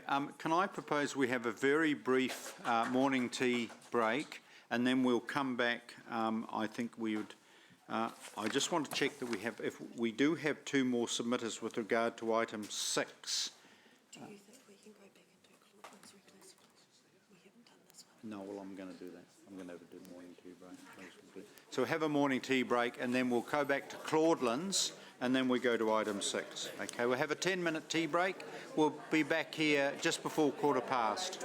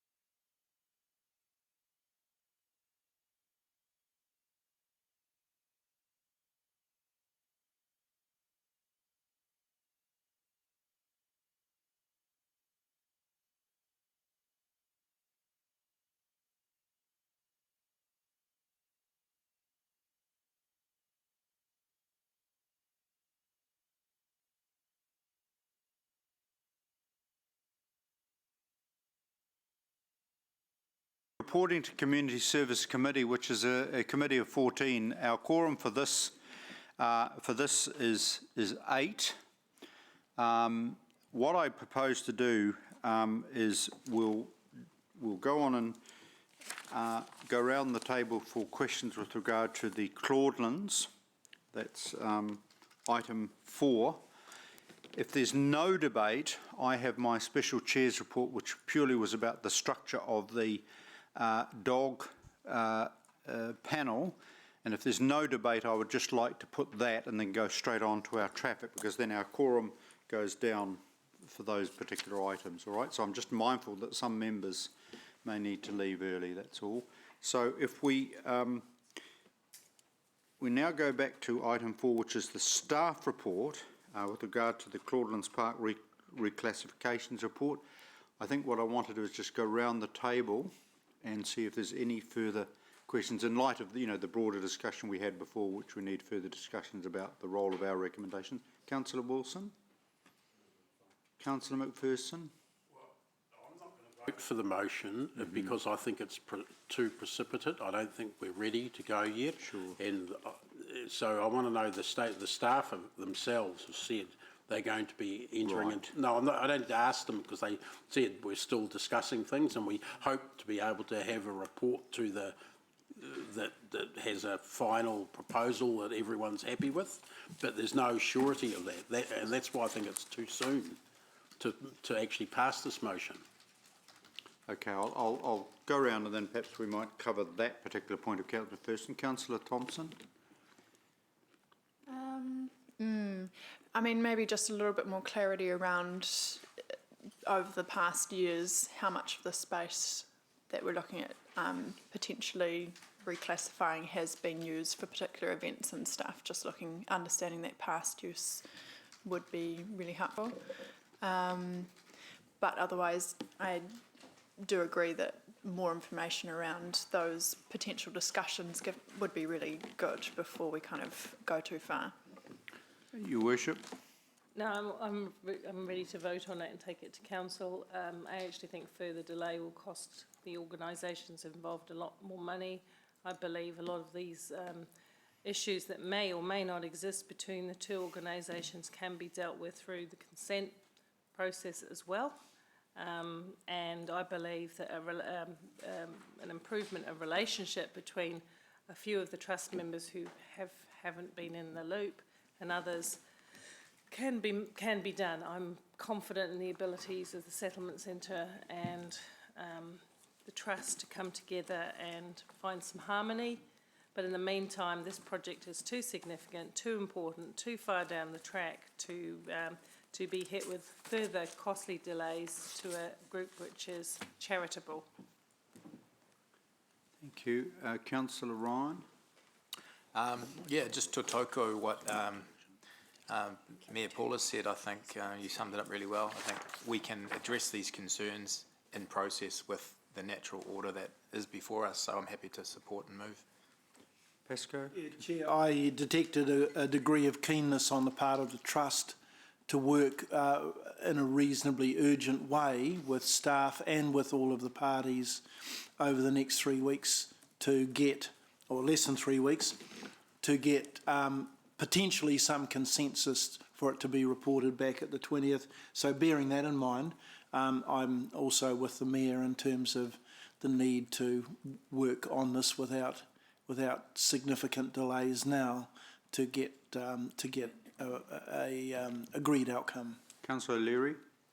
Yeah, look, I'm happy to move forward as well with the points that the mayors and the other previous two councillors have As an individual member, I reflect Councillor Pascoe and O'Leary's approach and others. Having said that, Marie Barry, Councillor McPherson did raise some concerns. Could you perhaps give us clarification around process that, in fact, if we go ahead with the recommendation as per page 5 of your agenda, with regard to reporting to the 20th of February meeting, that these negotiations are not compromised? So Yes, we intend to, and that was part of getting the two groups together outside prior to the meeting. I'd given them a heads up that I intended to do that. We're anticipating a meeting next week to get all the parties together so that we can move quite quickly. In the last meeting that Ian had with Nick and myself, he indicated that he would be quite happy to bring the AMP show into the conversation as the party that would be most effective, and I'd been quite honest with Ian and said, look, are we completely wasting our time? And he said absolutely not. He was happy to enter into those discussions. So in good faith, that's how we intend to proceed with the direction. Obviously that elected members would, from what I've read, like to see an amicable solution to the matter, and that's what we will be working towards. What comes to the committee is different from what's proposed now in terms of footprint, because we haven't got a building design or anything, but in terms of footprint, then we won't have consulted over what's coming to the committee. And you're like that issue, so what, in summary, I think what Councillor is saying is if something comes back that is dramatically different, then obviously that may or may not trigger a consultation process. Yeah. Yeah, okay, and that's certainly noted. It's my intention now, with Seconder Councillor Leary, I want to move the recommendation as per page 5, that the Hearings Engagement Committee receives the report, hears and considers submissions to proposed change of classification, Clauden's Park, and will note that it did hear submissions, obviously, and notes that based on the results of this hearing, a deliberation report will be prepared for the 20th of February 2020 Committee regarding the reclassification of Clauden's Park. And in moving that, it would be a given that if suddenly there was serious issues, then clearly there would be a brief report to that committee, but you may wish to say that there be a further report. Okay. I'm going to put that, we'll go to the board.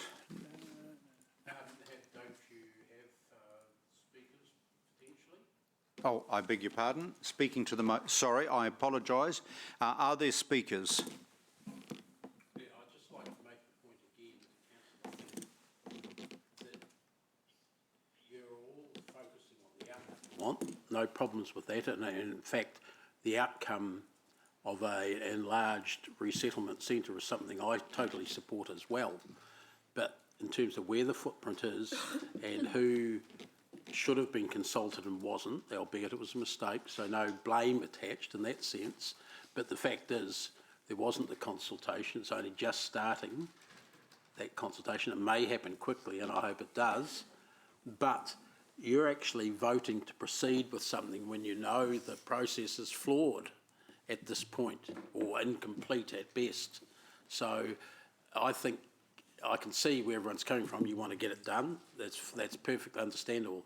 But I don't think that should be used to overcome a poor process, that desire to get it done quickly. And I think it's a little bit of a slippery slope. Let's not bother with hearings. Let's just make a decision as soon as we let people have a say and get a staff report and then make a decision would be probably more honest. There. Thank you. Is there any further, Councillor Pascoe?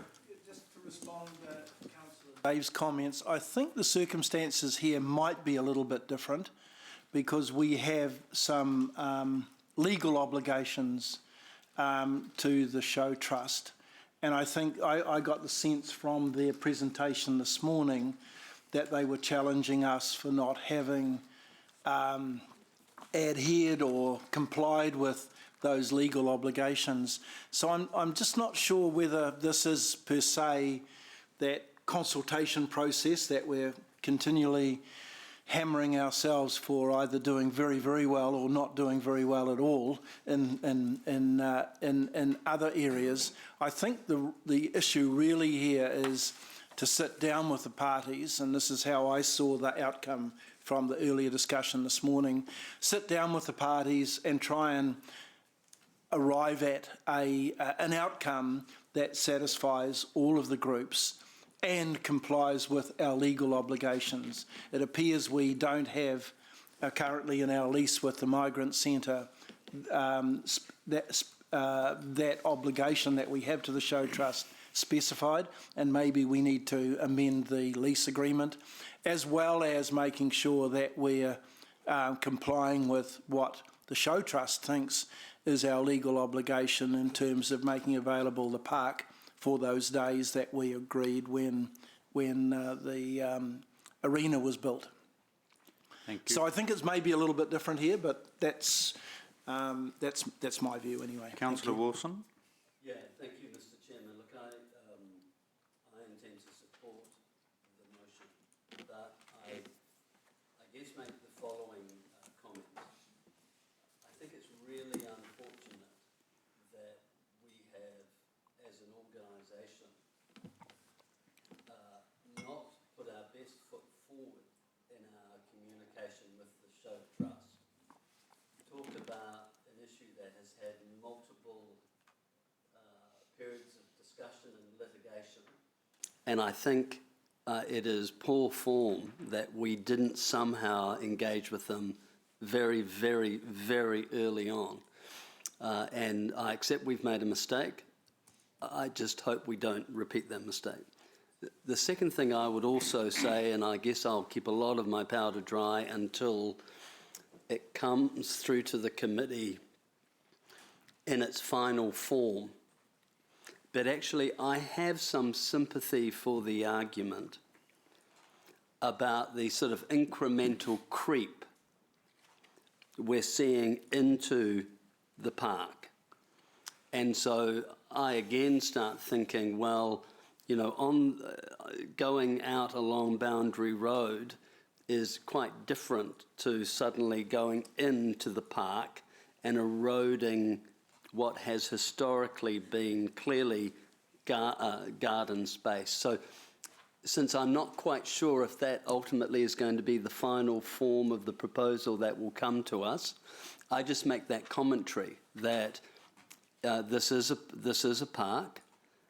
I'm supportive of the migrant centre. I'm supportive of it expanding, but I do question whether or not it's a good strategy that we let the incremental creep gobble up rather than continue along the road. But so I'll be supporting it because I now understand the process.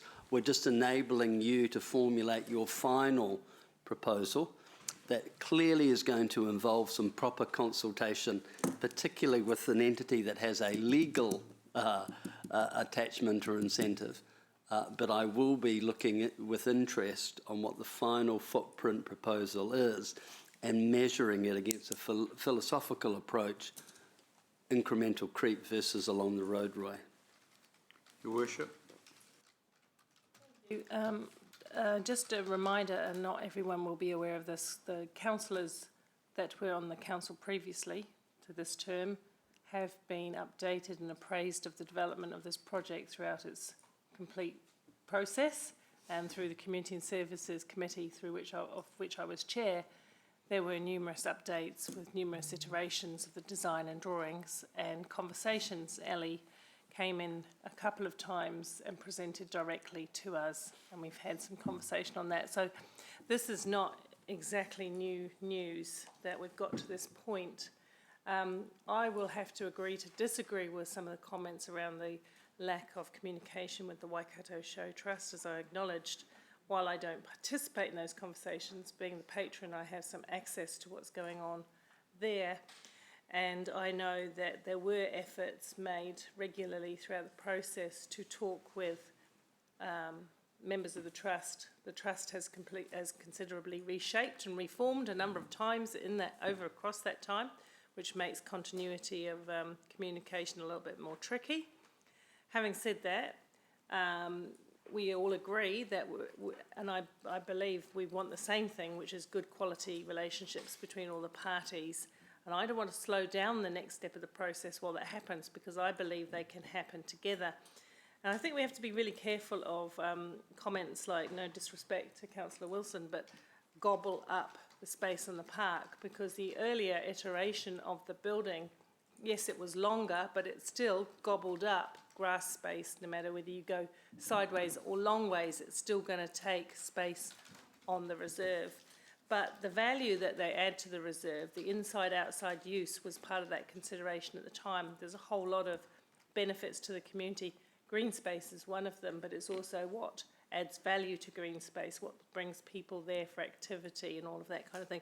So I think we just need to remember that, A, this is not new. This is another step in the iteration. Let's keep going forward, but yes, let's have those productive conversations as we go. Thank you. Mr. Chairman, I'd like your guidance. I was tempted to do a point of order there because I felt that... You wish to do a very brief point of clarification? Well, no, there was a point of order because I felt that the Mayor was making a statement or an insinuation that, in fact, I hadn't said in the House. The difference with her, the point I would make is, by going in, it actually has a significant effect on other activities that can occur in the park relating to the dogs versus going along the roadway doesn't trigger that. Okay. So that's what I was referring to. Fair enough. It reduces and erodes already existing use privileges than if it had gone simply along the road. I'm going to rule now that, thank you, I've allowed a point of clarification, which you've just given. And I accept. The debate is now, there's no further speakers. The discussion is now closed. I intend to move the recommendation as per page 5. We go to the voting.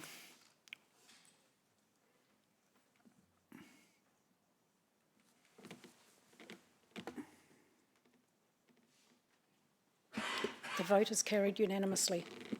Thank you. Now, with the leave of the committee, because I'm aware of quorum issues, for this part of the meeting. There's 2 items where I need a quorum of 8.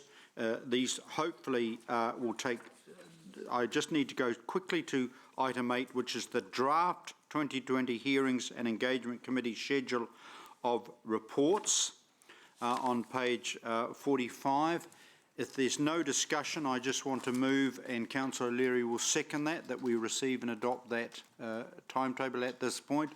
Always, as Councillor O'Leary would remind me, things are very much a moving feast in terms of things coming up. So I'm going to put that. All those in favour, those contrary, it is carried. I now want to go, which will be on your diligent as well, but not on, and that is to do with the Chair's late report, and this is to clarify and, if you like, formalise discussions that we had when we were talking about the broad governance process, and the suggestion was that we establish a dog control hearings panel. Now, my recommendation, as you can see on the report that is on the diligent, is that the Hearings and Engagement Committee receives the report, approves the establishment of a dog control hearings panel to hear and determine objections under the Dog Control Act 1996, approves membership as per the attached terms of reference, which you have in front of you, and approves the draft terms of reference of the dog hearings panel, attachment 2 of the report. Do I have a seconder? Seconder, Councillor O'Leary. Discussion? Your Worship. Thank you to, this is about the the process. Yeah. So thank you to Councillor Wilson for agreeing to take some lead in that area of work. It's appreciated. Thank you. Councillor McPherson. Look, I notice in the terms of reference in the list of members that there's no deputy chair, and you will be aware, Mr. Chairman, here, that the position of deputy chair of the Dog Control Committee is an extremely important, for historic reasons, extremely important member of this committee, and I believe you should have a deputy chair because that will point to someone who's on a trajectory to a great rise within council in future years. Yes, indeed, and I for those who may be somewhat mystified, yes, exactly. There was a headline which on one side of the Waikato Times had the deputy chair of the Dog Control Committee, which was in this case Dave McPherson, and the Deputy Prime Minister of the day, which in this case was the late Jim Anderton. And if you want further clarification, feel free to walk into my office. There was another cartoon. So to the members of the audience present, this is a slight in-joke, but at the time it was it attracted quite considerable media attention of such an august role. I'm not proposing at this point to have a deputy of the Dog Control Committee because I'm perfectly confident that Councillor Wilson has huge capacity in this area. But I seriously, on behalf, I join with the Mayor in thanking, because obviously this does require a degree of expertise. It is a sort of semi-judicial type of committee, and I'm aware of your, I'm aware of the training and background you've done in that area. It is dealing with sensitive issues, and we just felt this was a more effective way to go. I will then put the motion. Sorry, I just go to voting, please. Oh, sorry, I just had a... Sorry? Yes, question. Yes. Or a request, actually. Because it's got a quorum, and it's a slightly wider issue, but because it's got a quorum of 3 members, and we wanted a bit of a buffer, that's why I put my hand up and said, look, I'm happy to do that. But I actually don't want to go to the meetings if I don't have to, because my portfolio outside is quite large. So the reason I'm asking perhaps if I could have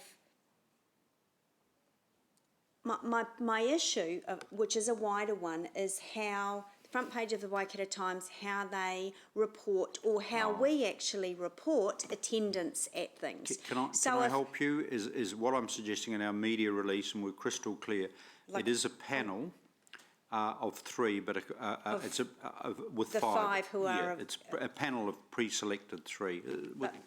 Governance manager standing up. Sorry, yeah. If I may help or assist. What we could do is put 2 of the members as alternates. Alternates, yeah. Yeah, that's what I was going to suggest. But we will be very careful with how we record it in the schedule that we keep for attendance. But I think maybe 2 members could be alternates and just feed in if one of them was away. We could do that as a deputy chair as well. And that's still something that I'm hot on, Mayor Southgate. I think I might have sent you an email, but that's still, I'm hot on that whole how we record attendance. Yep. Because I think it was outrageously wrong last term how we recorded attendance in meetings. Maybe we need to have a team meeting to have a chit-chat on that in the Clark Lounge perhaps. But okay, but I think alternative would be good. You're already on the front page of the paper this morning. Do you want to be on there tomorrow? Yeah. I don't know if we need, Becca, do we need, I don't think we need, I don't think at this point we need to change the recommendation, but I think in terms of our... Yep, so Amy will just note. So who will be the 2 members that will be alternate? Probably me. I should be one of the alternate ones. Sorry? I'm already a chair somewhere else. All right. Maybe Angela. We just add that Councillor Pascoe and Councillor O'Leary as alternates. Yep. All right? The 2 that aren't here again. Sorry, yes. Serve them right. So with that, Deputy Chair, do you agree to that amendment? I do agree. Right, so my seconder agrees to the amendment. I will put, we go to voting. I will now put the amended motion. The amendment is that it's a panel, the quorum is 3, but the alternates are Councillors Pascoe and O'Leary. All right? Yes, okay. We go to the vote.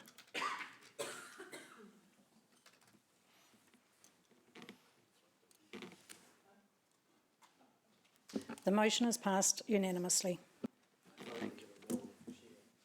Thank you, and thank you, seriously, thank you, Councillor Wilson, because it does, as I said, have a degree of specialist. Right, we now, and I do apologise to the submitters present for the delay.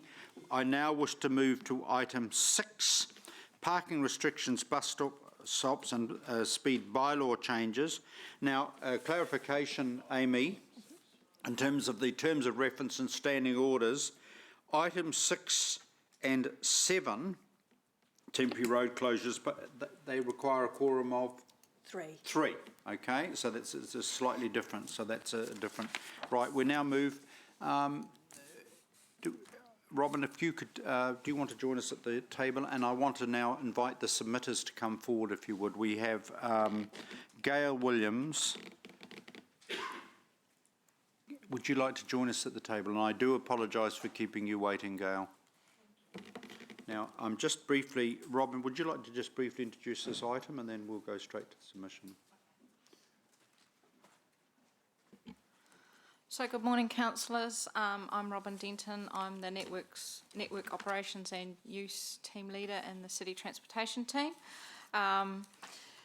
The report before us today deals with parking, only around bus stops this time.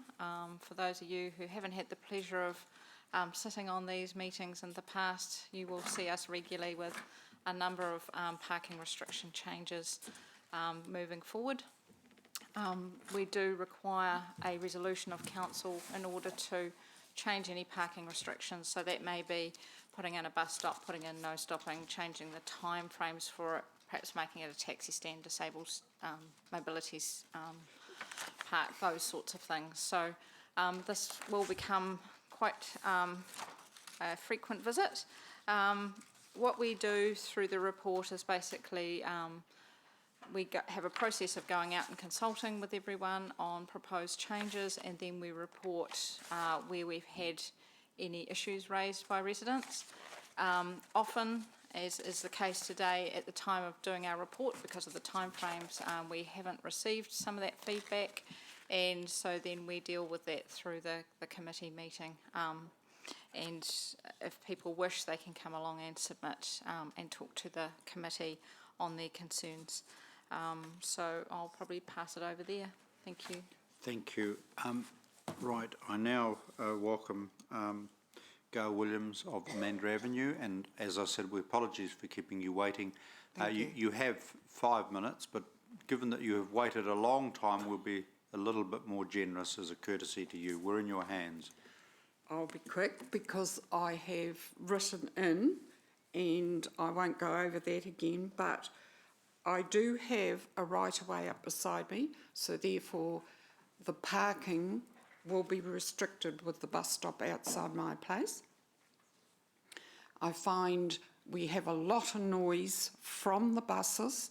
They hit the speed bump just down from my house. It shakes my house.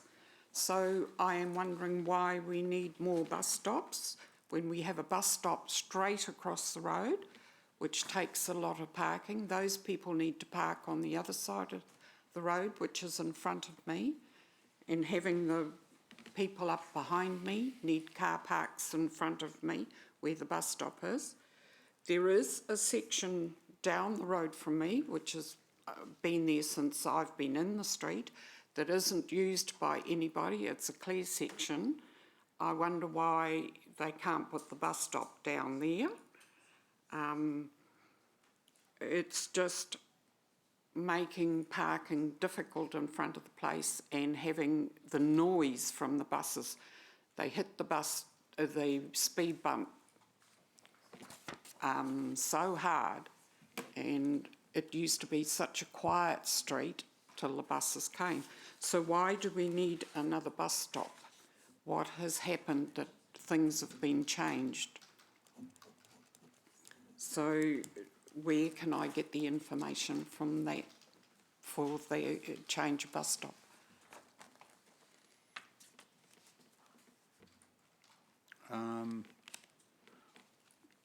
Robin, did you want to just address the question that's been addressed, and then I'll go to members? So I'll start by introducing Andrew Carnell. He's in the public transport area with Waikato Regional Council. So again, for new members of this committee, Hamilton City provide the infrastructure for public transport. So that's setting up the bus stops, shelters, signage, the accessible curb type components of it. And the Regional Council are responsible for running the bus services. So we work closely with them with regard to where those services run and in the creation of new bus stops. So I'll start initially by allowing Andy just to provide a bit of an overview of why we've got some route changes and why we're looking for additional bus stops in this location. Well, yes, I'm going to take that in general. This is just in terms of the submission itself. I just want the narrow answer to the submission itself, and then I will then, once the submit is finished, and I'm giving the other opportunity of elected members to ask to submit any further questions, then I would go that would then be part of what I call the staff report, which of course obviously the submitter may be present for. Okay, so for the need for more bus stops, that is Yeah, something yeah, for yeah. Andy to comment on first? Yeah. Do you have a, yeah, if you would. Yep. Good morning, councillors. Towards the end of last year, we undertook a consultation for what is currently the number 26 route. The number 26 covers Bremworth and Temple View. It's historically been one of our worst performing routes, both in terms of patronage and reliability. So I really wanted to do something to boost the numbers of passengers on that route in line with both ours and the City Council's objectives to increase bus patronage in the city. We went out to consultation. There were a number of options that were put out to residents in the area. The option that you see in your committee report is the option that was preferred by most residents. And essentially that means that instead of what we do at the moment, which is a rather convoluted loop around Bremworth and Temple View, we've split the route into two routes, and we will no longer have a loop around Bremworth. Instead, it will operate two-way, which is down, partly, of course, in relation to this submission, down Amanda Avenue.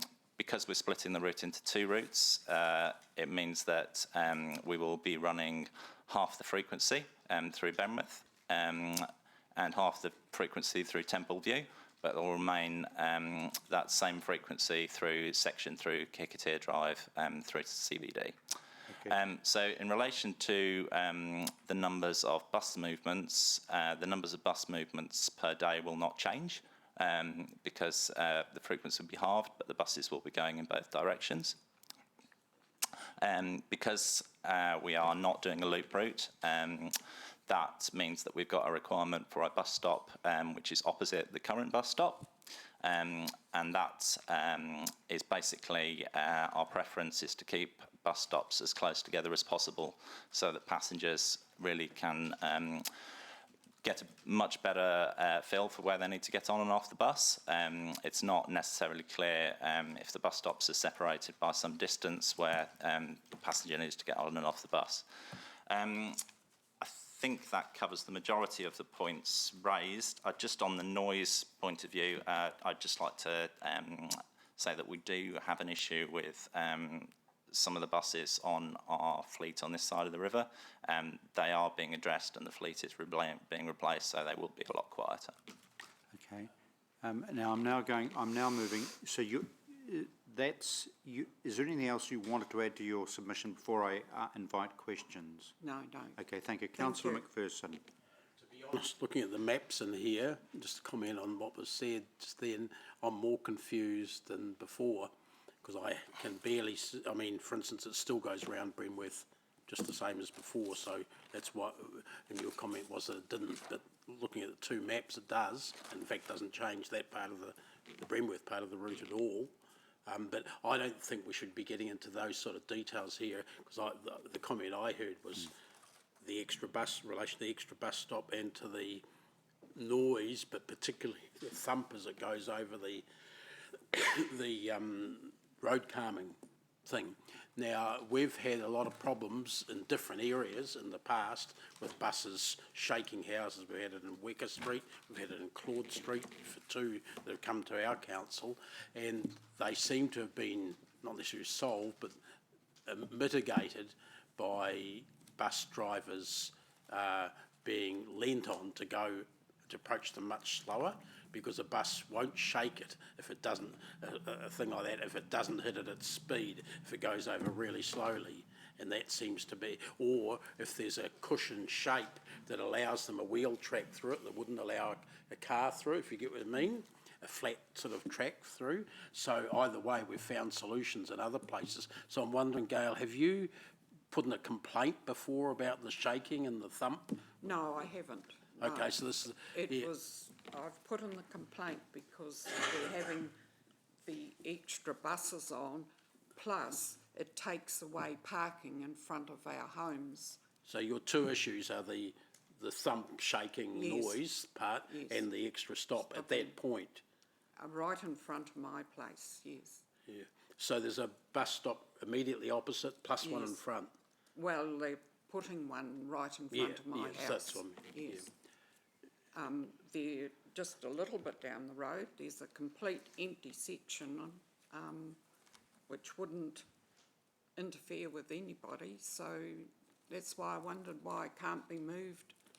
So you're not opposed to an extra stop if they pick a better place necessarily? Yes, yes, yes. Okay, It thanks. cuts out all parking into my place because I've only got a small driveway. There isn't a lot of room for parking at my house, so all my visitors park on the road. And I do have older visitors coming, and so therefore it makes it difficult for them if there's a bus stop there. Sure. Because they can't park straight across the road and walk straight over. So that was my complaint, yes. Thanks. Thank you. Councillor Thompson? Thank you for your submission, Gail. I wanted to just clarify, so the sound was, from what I'm hearing, a significant issue.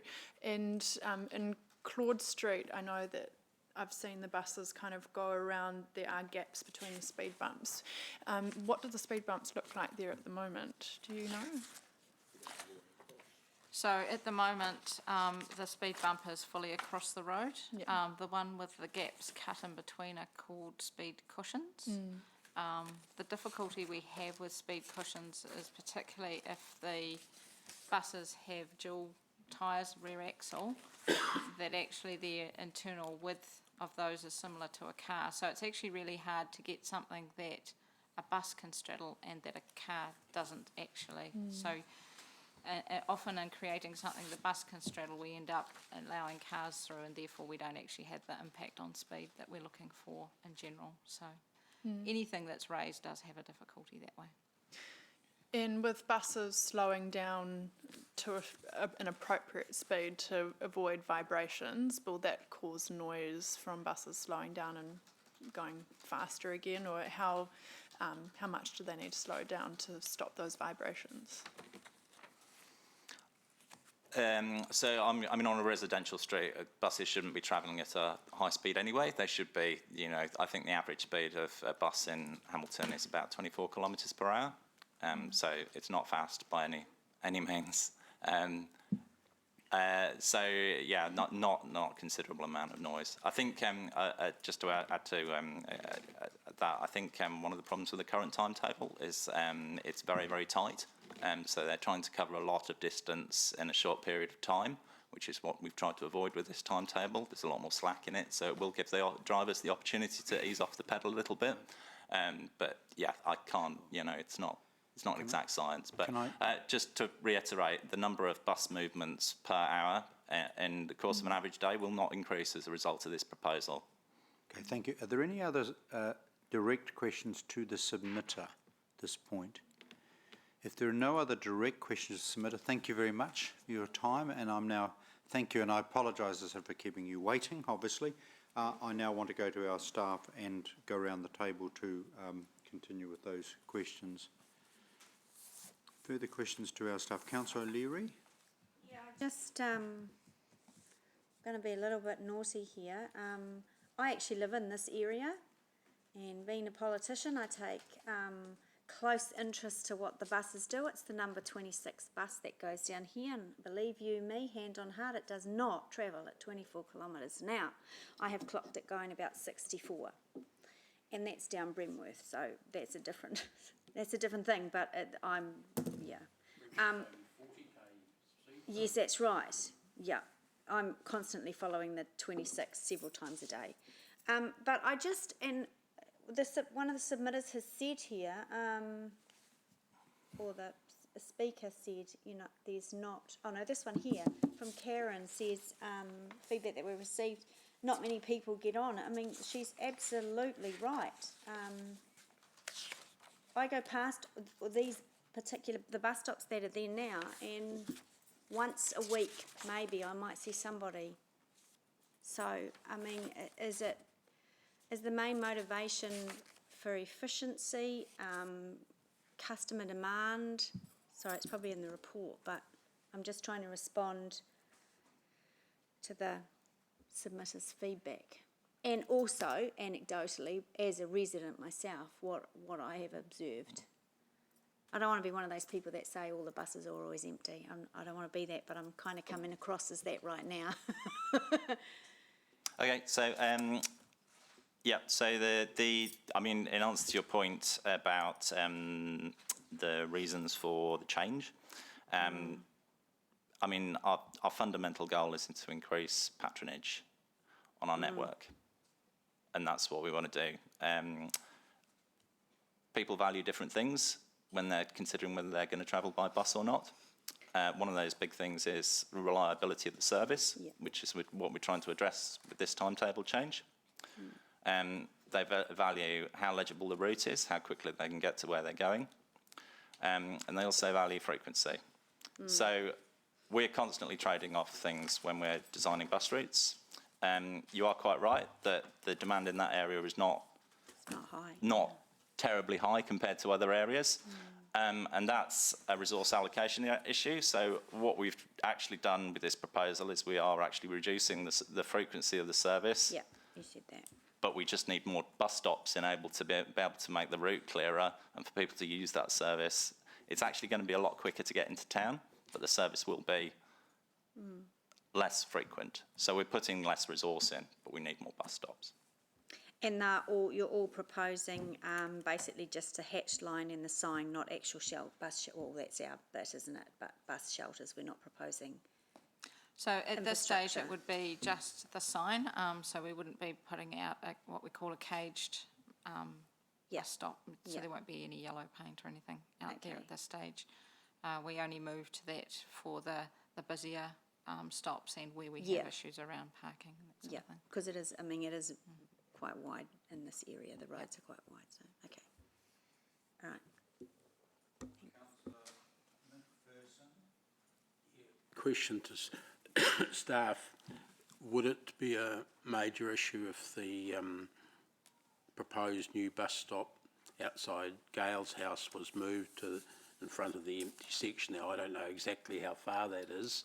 But it does seem to me that a lot of these little issues like we've had in the past, that people have often suggested alternatives, not to try and upend the whole thing, but to tweak it.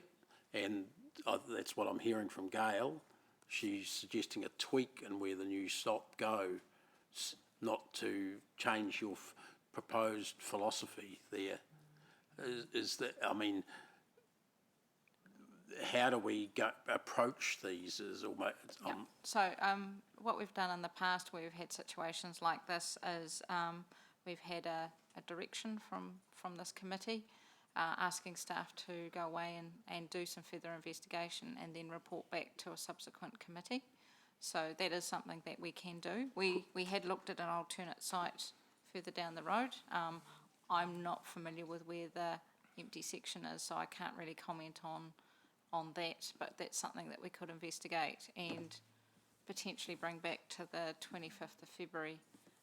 Wouldn't it be a better process to have, when someone puts in an objection or makes a complaint or something, to just go along directly on something as small as where a new bus sign goes? It's not even as you say, painted or built one, to just go along and negotiate something, if possible, and bring the result of that to the first hearing rather than us send you away and then come back? We do try to do that, yes. And we try to do that actually before we write the report, is generally the aim.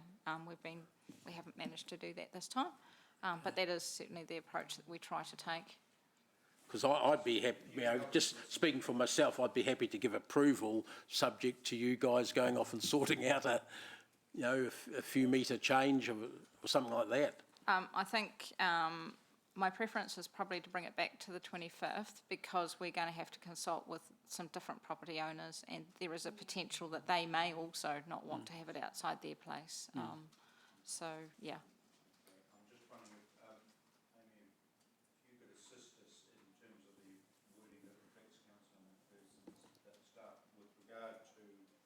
the bus stop in the vicinity of 11 Amanda Avenue. Staff be asked to report back.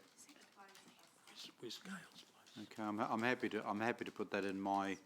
I mean, what I intend to do is I will move from the chair. I'm happy to move the recommendation, and I know that Councillor Leary is happy to second it.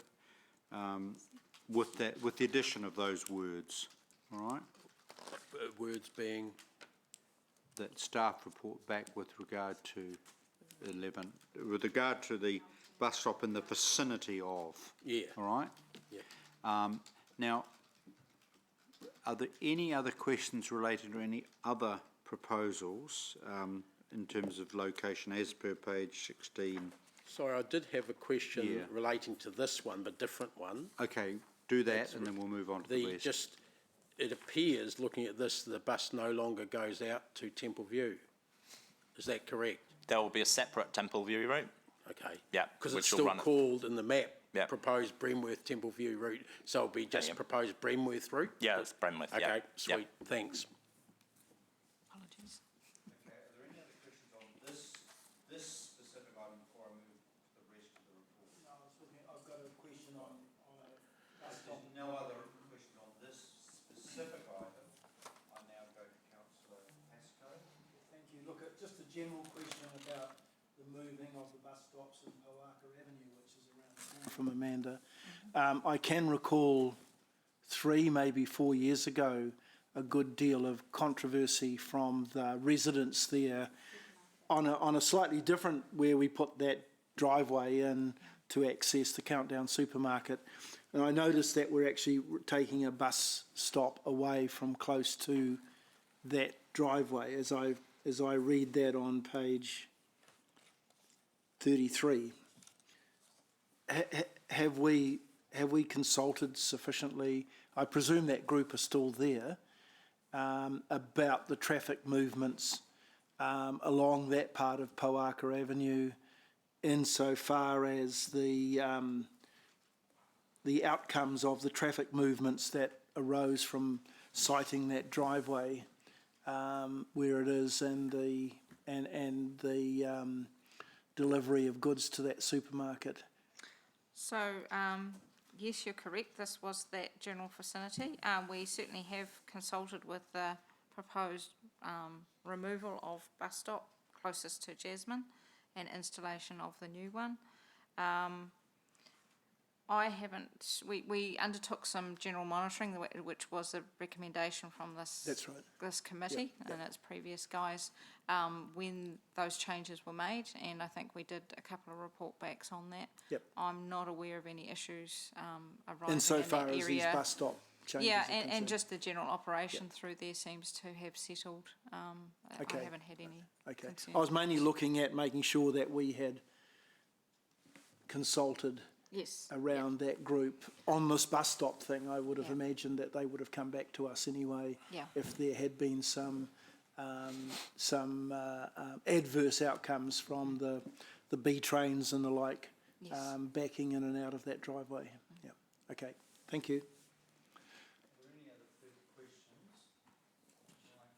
To put the move by myself, seconded by Councillor Leary, with the addition, so it is as said as listed on page 16, with the wording, the extra wording. So I have removed the bus stop outside number 9 through 11 Amanda Avenue from the table. Schedule, yep. And then I have added in a C, request staff report back to the 25th February 2020 meeting concerning the matter of the proposed bus stop outside number 9 through 11 Amanda Avenue. In the vicinity of. Right, in the vicinity of, that would be better. Okay. So, is there any debate, discussion before I put the motion? No. I will now go to voting.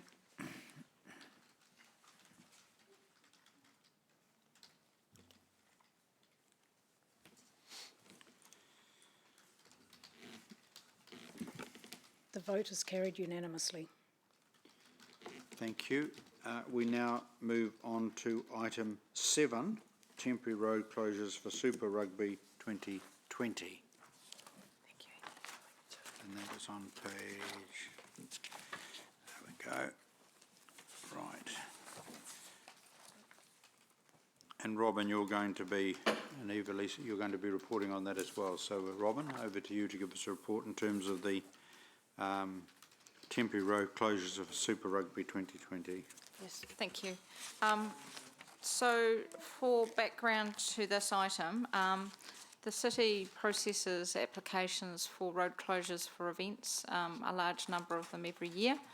The process that we normally work through requires us to do a 42-day notice, which is a public notice that's put out and gives anyone the opportunity to raise objections and any issues. If those come through, we tend to try and work through them with the event organisers, and it might be access to a property or something like that, and then it proceeds.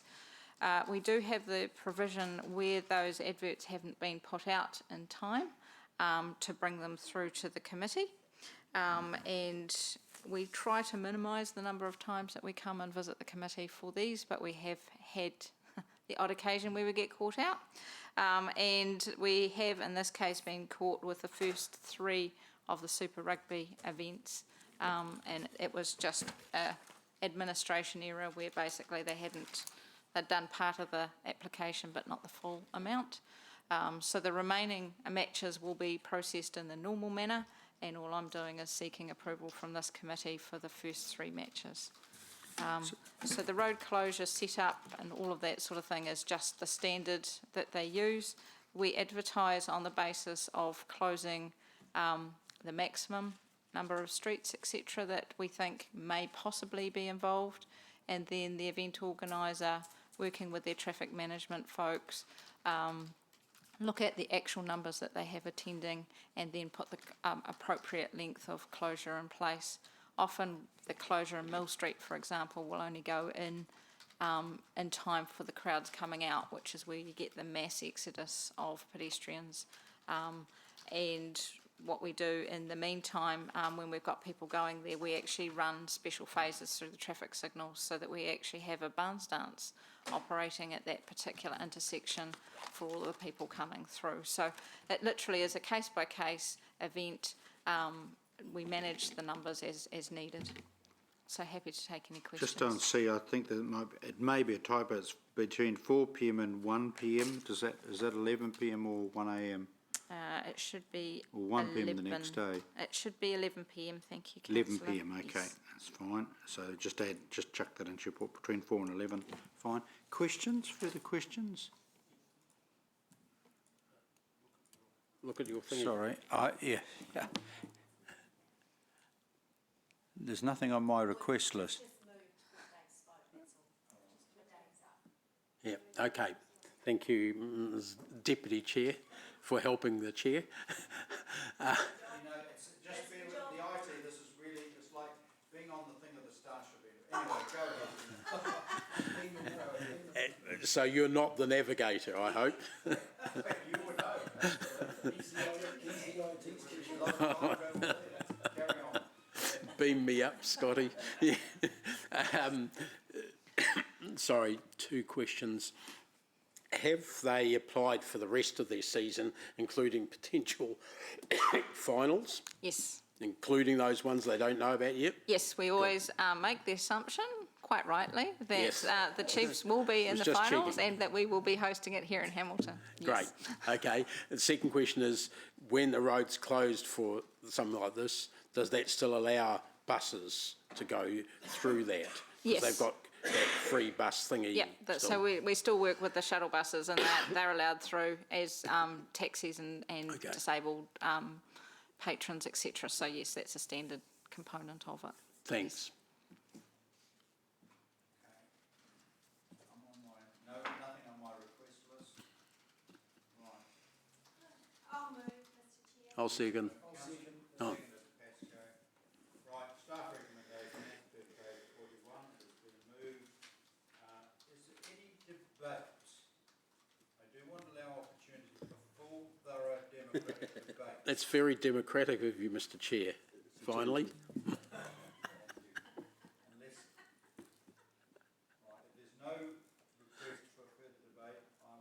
We'll go to the voting. No, I'm not going to, no. I'm mastering this, don't you go back there. As much as I'd love to. Right, don't go there. The vote is carried unanimously. Okay, thank you. And I think that brings us to the end of the meeting. It's closed. Yeah. Yeah. Yeah.